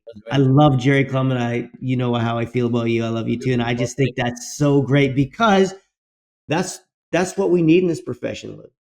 Yeah. We need those opposite sides to stop arguing about the things they disagree on, and realize about the giant things we do agree on. And that's society right now, probably. No question. Yeah. But again, it goes back to not the things you do, but the things you don't do. You know, coming to the middle and having those conversations and moving it forwards. We mentioned, you guys have boosted my immune system this afternoon. Are you trying to say, Lou, that an ACA chiropractor can adjust? That is awesome. That is awesome. Well, I really appreciated you guys both sitting down to make some time. And Lou, the firsthand accounts of Wilk versus the AMA, we wanted those to be, cast far and wide for our audience, just because it's a huge piece of what we still fight with. Your words, Yep. tentacle, it still has tentacles today. And James talking about boosting people's confidence and understanding, what the research is. You're as with it as ever, Lou. So it's really gratifying to sit here with you and have this conversation. I could do this for 2 more hours, but it is my job to keep us on track. And so I'm gonna wrap up episode 1, we'll call this, Yeah. and possibly have you back for another sitting, because it was just super insightful. And I think for the docs listening, books were mentioned, quotes were mentioned, the Flexner report, just some of these things where they called you a conspiracy theorist early on for saying, this is what the AMA is doing, and this guy's crazy. Evidence. Well, I will be sending you both something in the old-fashioned mail, because it's too voluminous to do with email. But I will. You'll be getting a packet in the mail from me on some things which you'll find of interest. I bet. I love it. I love it. The personification of a great man and a phenomenal chiropractor. We really appreciate our time with you today. So, Dr. Lou Sportelli, thank you so much. You're welcome. Good seeing you guys. Yeah, thank you, Lou. You're amazing, man. Thank you. And chiropractor. What a chiropractor. Hey, docs, it's always fun to interview and have questions on this particular podcast. The way we've done it in the past and how we'll do it in the future is at the Best Practices Seminar. Just to be clear, the Chiro-Factor is a free podcast. The Best Practices Seminar is where we actually turn it around and we interview the docs in attendance. So if you are interested in being interviewed, you can comment down below on YouTube. You can shoot me a message on Instagram, Dr. Glow DC. Let us know you'll be in attendance and let us know your question.